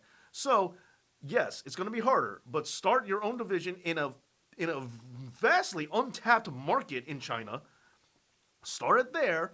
That way, yeah, you're going to have to do more work, but I think in the long-term benefits are going to help you because at least you get all these guys trained in the style in which you want them to do things in. You don't have to worry about undoing other people's habits or undoing other people's training. You get this untapped market where, hey, train under us, do things the way we want you to do, and then you could be happy. It's really what I think would be in the best market for it, and it's not agree. like they don't have the population to help. Yeah. Okay, so I think it's really in their best interest. But that's what I say. Yeah, I completely agree. I mean, the thing is this: they're going to try to. You want to institute your brand into other places. Do it where you have the biggest population. They don't need a WWE Russia, but they do need it. But a WWE China is a game changer, and they already employed Ho Ho Lun And they have the money. through NXT, so they have a link into China. Right. And China has tons of money. Right. And so, and people were saying, and then yes, I said, criticize the gender experiment with India. India has a large population. They have a lot of money and it was untapped, but they didn't do it in the right way, and it was going to alienate, and it alienated American fans. However, and not because of racial reasons, it was just because it was booked poorly. That's the reason. Look, But there's a very an underdog story like that works for a babyface. It doesn't work for a heel. But when we look at, look, as I've made it very clear before, I don't watch NXT UK. So if you do something new with NXT China and it flops or it's not good, well, most people aren't going to pay attention to it anyway, so it doesn't really matter. And that's the thing. I did say that at one point I want to go back and watch all the UK takeovers, just because I know there's a lot of good wrestling on there. But I can't get invested in them. Was WWE 2K20 rushed into production and distribution? They've been rushing to production for the past 10 years. I was gonna say, how is it different? And it's not like 2020. It's not like 2020 snuck up on them. Right. They knew when the year was coming. They knew when their deadline was. There's nothing new, and it's not like they're not just reskinning the same game over and over again. And my thing is this: why don't you just call it WWE 2K Monday Night Raw, and then you keep that for 2 or 3 years. Implement new characters into it, and then on year 2 or 3, you switch over the game to WWE SmackDown, and then it's you know what I mean? I want to know why they went with 2K in the first place. Well, that too. That would be my problem. It's like on the bottom rung is EA, and then slightly above that is 2K. Those are the bottom of the video game wells for me. And AJ Envoy, I completely agree. Sorry, I think I'll that's leave you. I think that's completely why it's hard for me personally to get into things like it was hard for me to get into independent wrestling. It was hard for me to get into Ring of Honor when I was but the match quality was so much different than what I saw in WWE, what I had seen in WCW, and it was very close to ECW because their match quality was just a little bit different that it drew me to them. It's hard for me now to know that there are so many ex-WWE guys in a place like AEW that all of a sudden stories don't matter and I'm just supposed to be drawn in by in-ring action. Right, but for me, I also get burnt out. It's not like I haven't been watching all this stuff for like 10 years. I've seen so many suicide dives. I've seen so many Canadian destroyers. It's not like I don't know these things exist, but they're not going to pop me forever. And again, the emotional, visceral reaction is what's key. I think you can build a fan base off of physical specimen, just physical attributes. But I think emotional investment is going to get you lifelong diehard fans. It's the reason why people are invested in wrestling is because of that. It's not because you saw an all of physical specimens. That time has passed. The physical athleticism, while it's great, doesn't keep you invested for the rest of your life. What keeps you invested the rest of your life is when you remember when you were a little kid and you had all these feelings and all this emotion tied to it. That's, to me, the biggest difference. I agree. Yeah. And that's what I think we're missing from the wrestling business right now more than anything else. Yep. I don't feel emotionally invested in anything. I'm starting to get there with this Seth Rollins character because I'm really liking where he's going with it. Other than that, I'm not emotionally invested in anything. I'm not emotionally invested in that either. You also haven't been watching, so That's true too. yeah. Yeah, I'm trying to think I'm trying to think when I'm most emotionally invested. Oh in my this. God, I don't AJ think Envoy, I there's completely anything. agree. I think Lucha Underground did everything 100% the right way. Yep. It was a cinematic masterpiece that also happened to be a wrestling show. It was just I think it was the wrong platform. I don't think Netflix was the right spot for it. And I think, yeah, I agree. I think El Rey, did the best that they could, but they would have gotten a bigger. The binging is great and all, the binge watching appeal, but I really think they would have benefited from an episodic. They need, like, and Hulu would have been a good idea for that because they already have wrestling on there. But on top of that, they do release things episodically. Right. But I mean, yeah, and like week to week, Right, no, that's what I mean. Yeah, right. and then Hulu does that. Right. They release their stuff week to week. I was watching Cloak and Dagger on that. Yeah, so and I had to wait every week. I think so. I think they would have benefited from that too. Yeah, and it was something different. And plus, it. But I also think from a financial standpoint, because the Netflix model is very shaky, it's not 100%. Yeah. I wouldn't necessarily even suggest Hulu. Maybe I would. I mean, yeah, Hulu has a little. I think has a more stable model, but I think terrestrial television was probably the best way to go. Yeah, I agree. And AJ Envoy, I agree with everything you just said. We need more promos outside the ring. A promo. No. Outside the ring, I agree. Like, if those people have these characters, they should be, and even if it's not, just not inside the ring anymore. Just I'm tired of seeing the in the ring promos. It was so much more fun to see a backstage promo, and then all of a sudden something happens in the middle of that promo, and you got to cut away and go to this other backstage thing. They did not SmackDown a couple of weeks ago. That's fine, but I don't need to see them in a chicken form or in a trampoline park. It depends. It depends on who the character is. And like. Sorry, man, but as long as they keep making money from it, 3 hours isn't going anywhere. And you're 100% right. That is true. That is 100% right. That's one thing people seem to forget is that what motivation do you have to not do something? Right, and that's the thing. We always look at it from a fan's perspective, but again, we are talking about the wrestling business, right. And Vince McMahon is in the market to make the most money. Yeah, but as CM Punk said, he could be making more.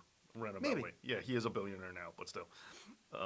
What about Firefly Funhouse? I think you mean. Yeah, no, in Firefly Funhouse, yes, I agree. That's a good thing, but that's why Bray is over because Bray's not in the arena every week.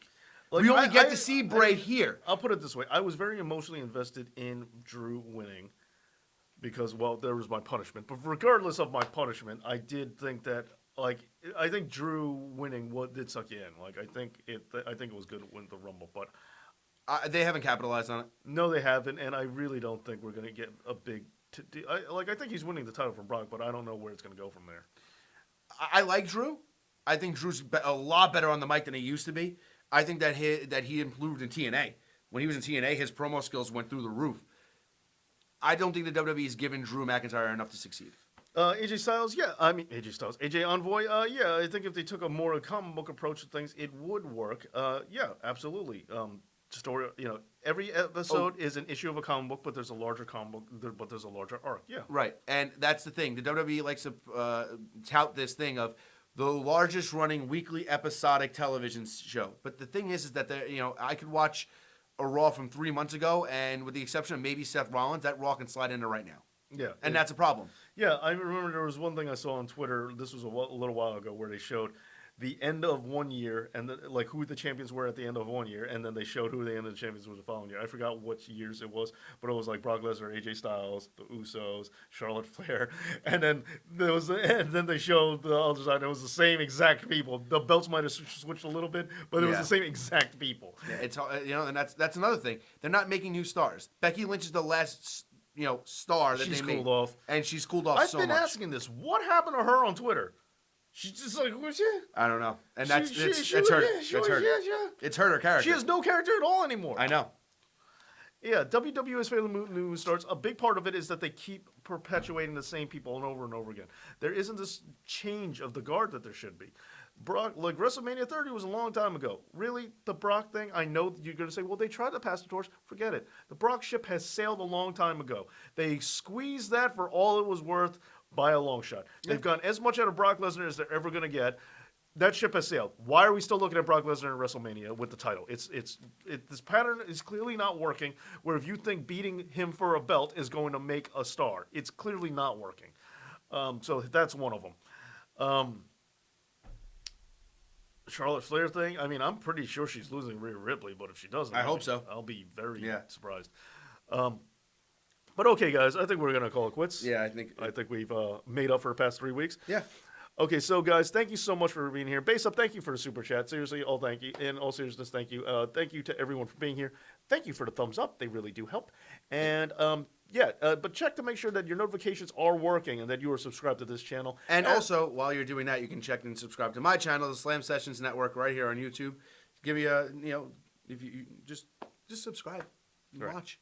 And as always, Dave knows. That too.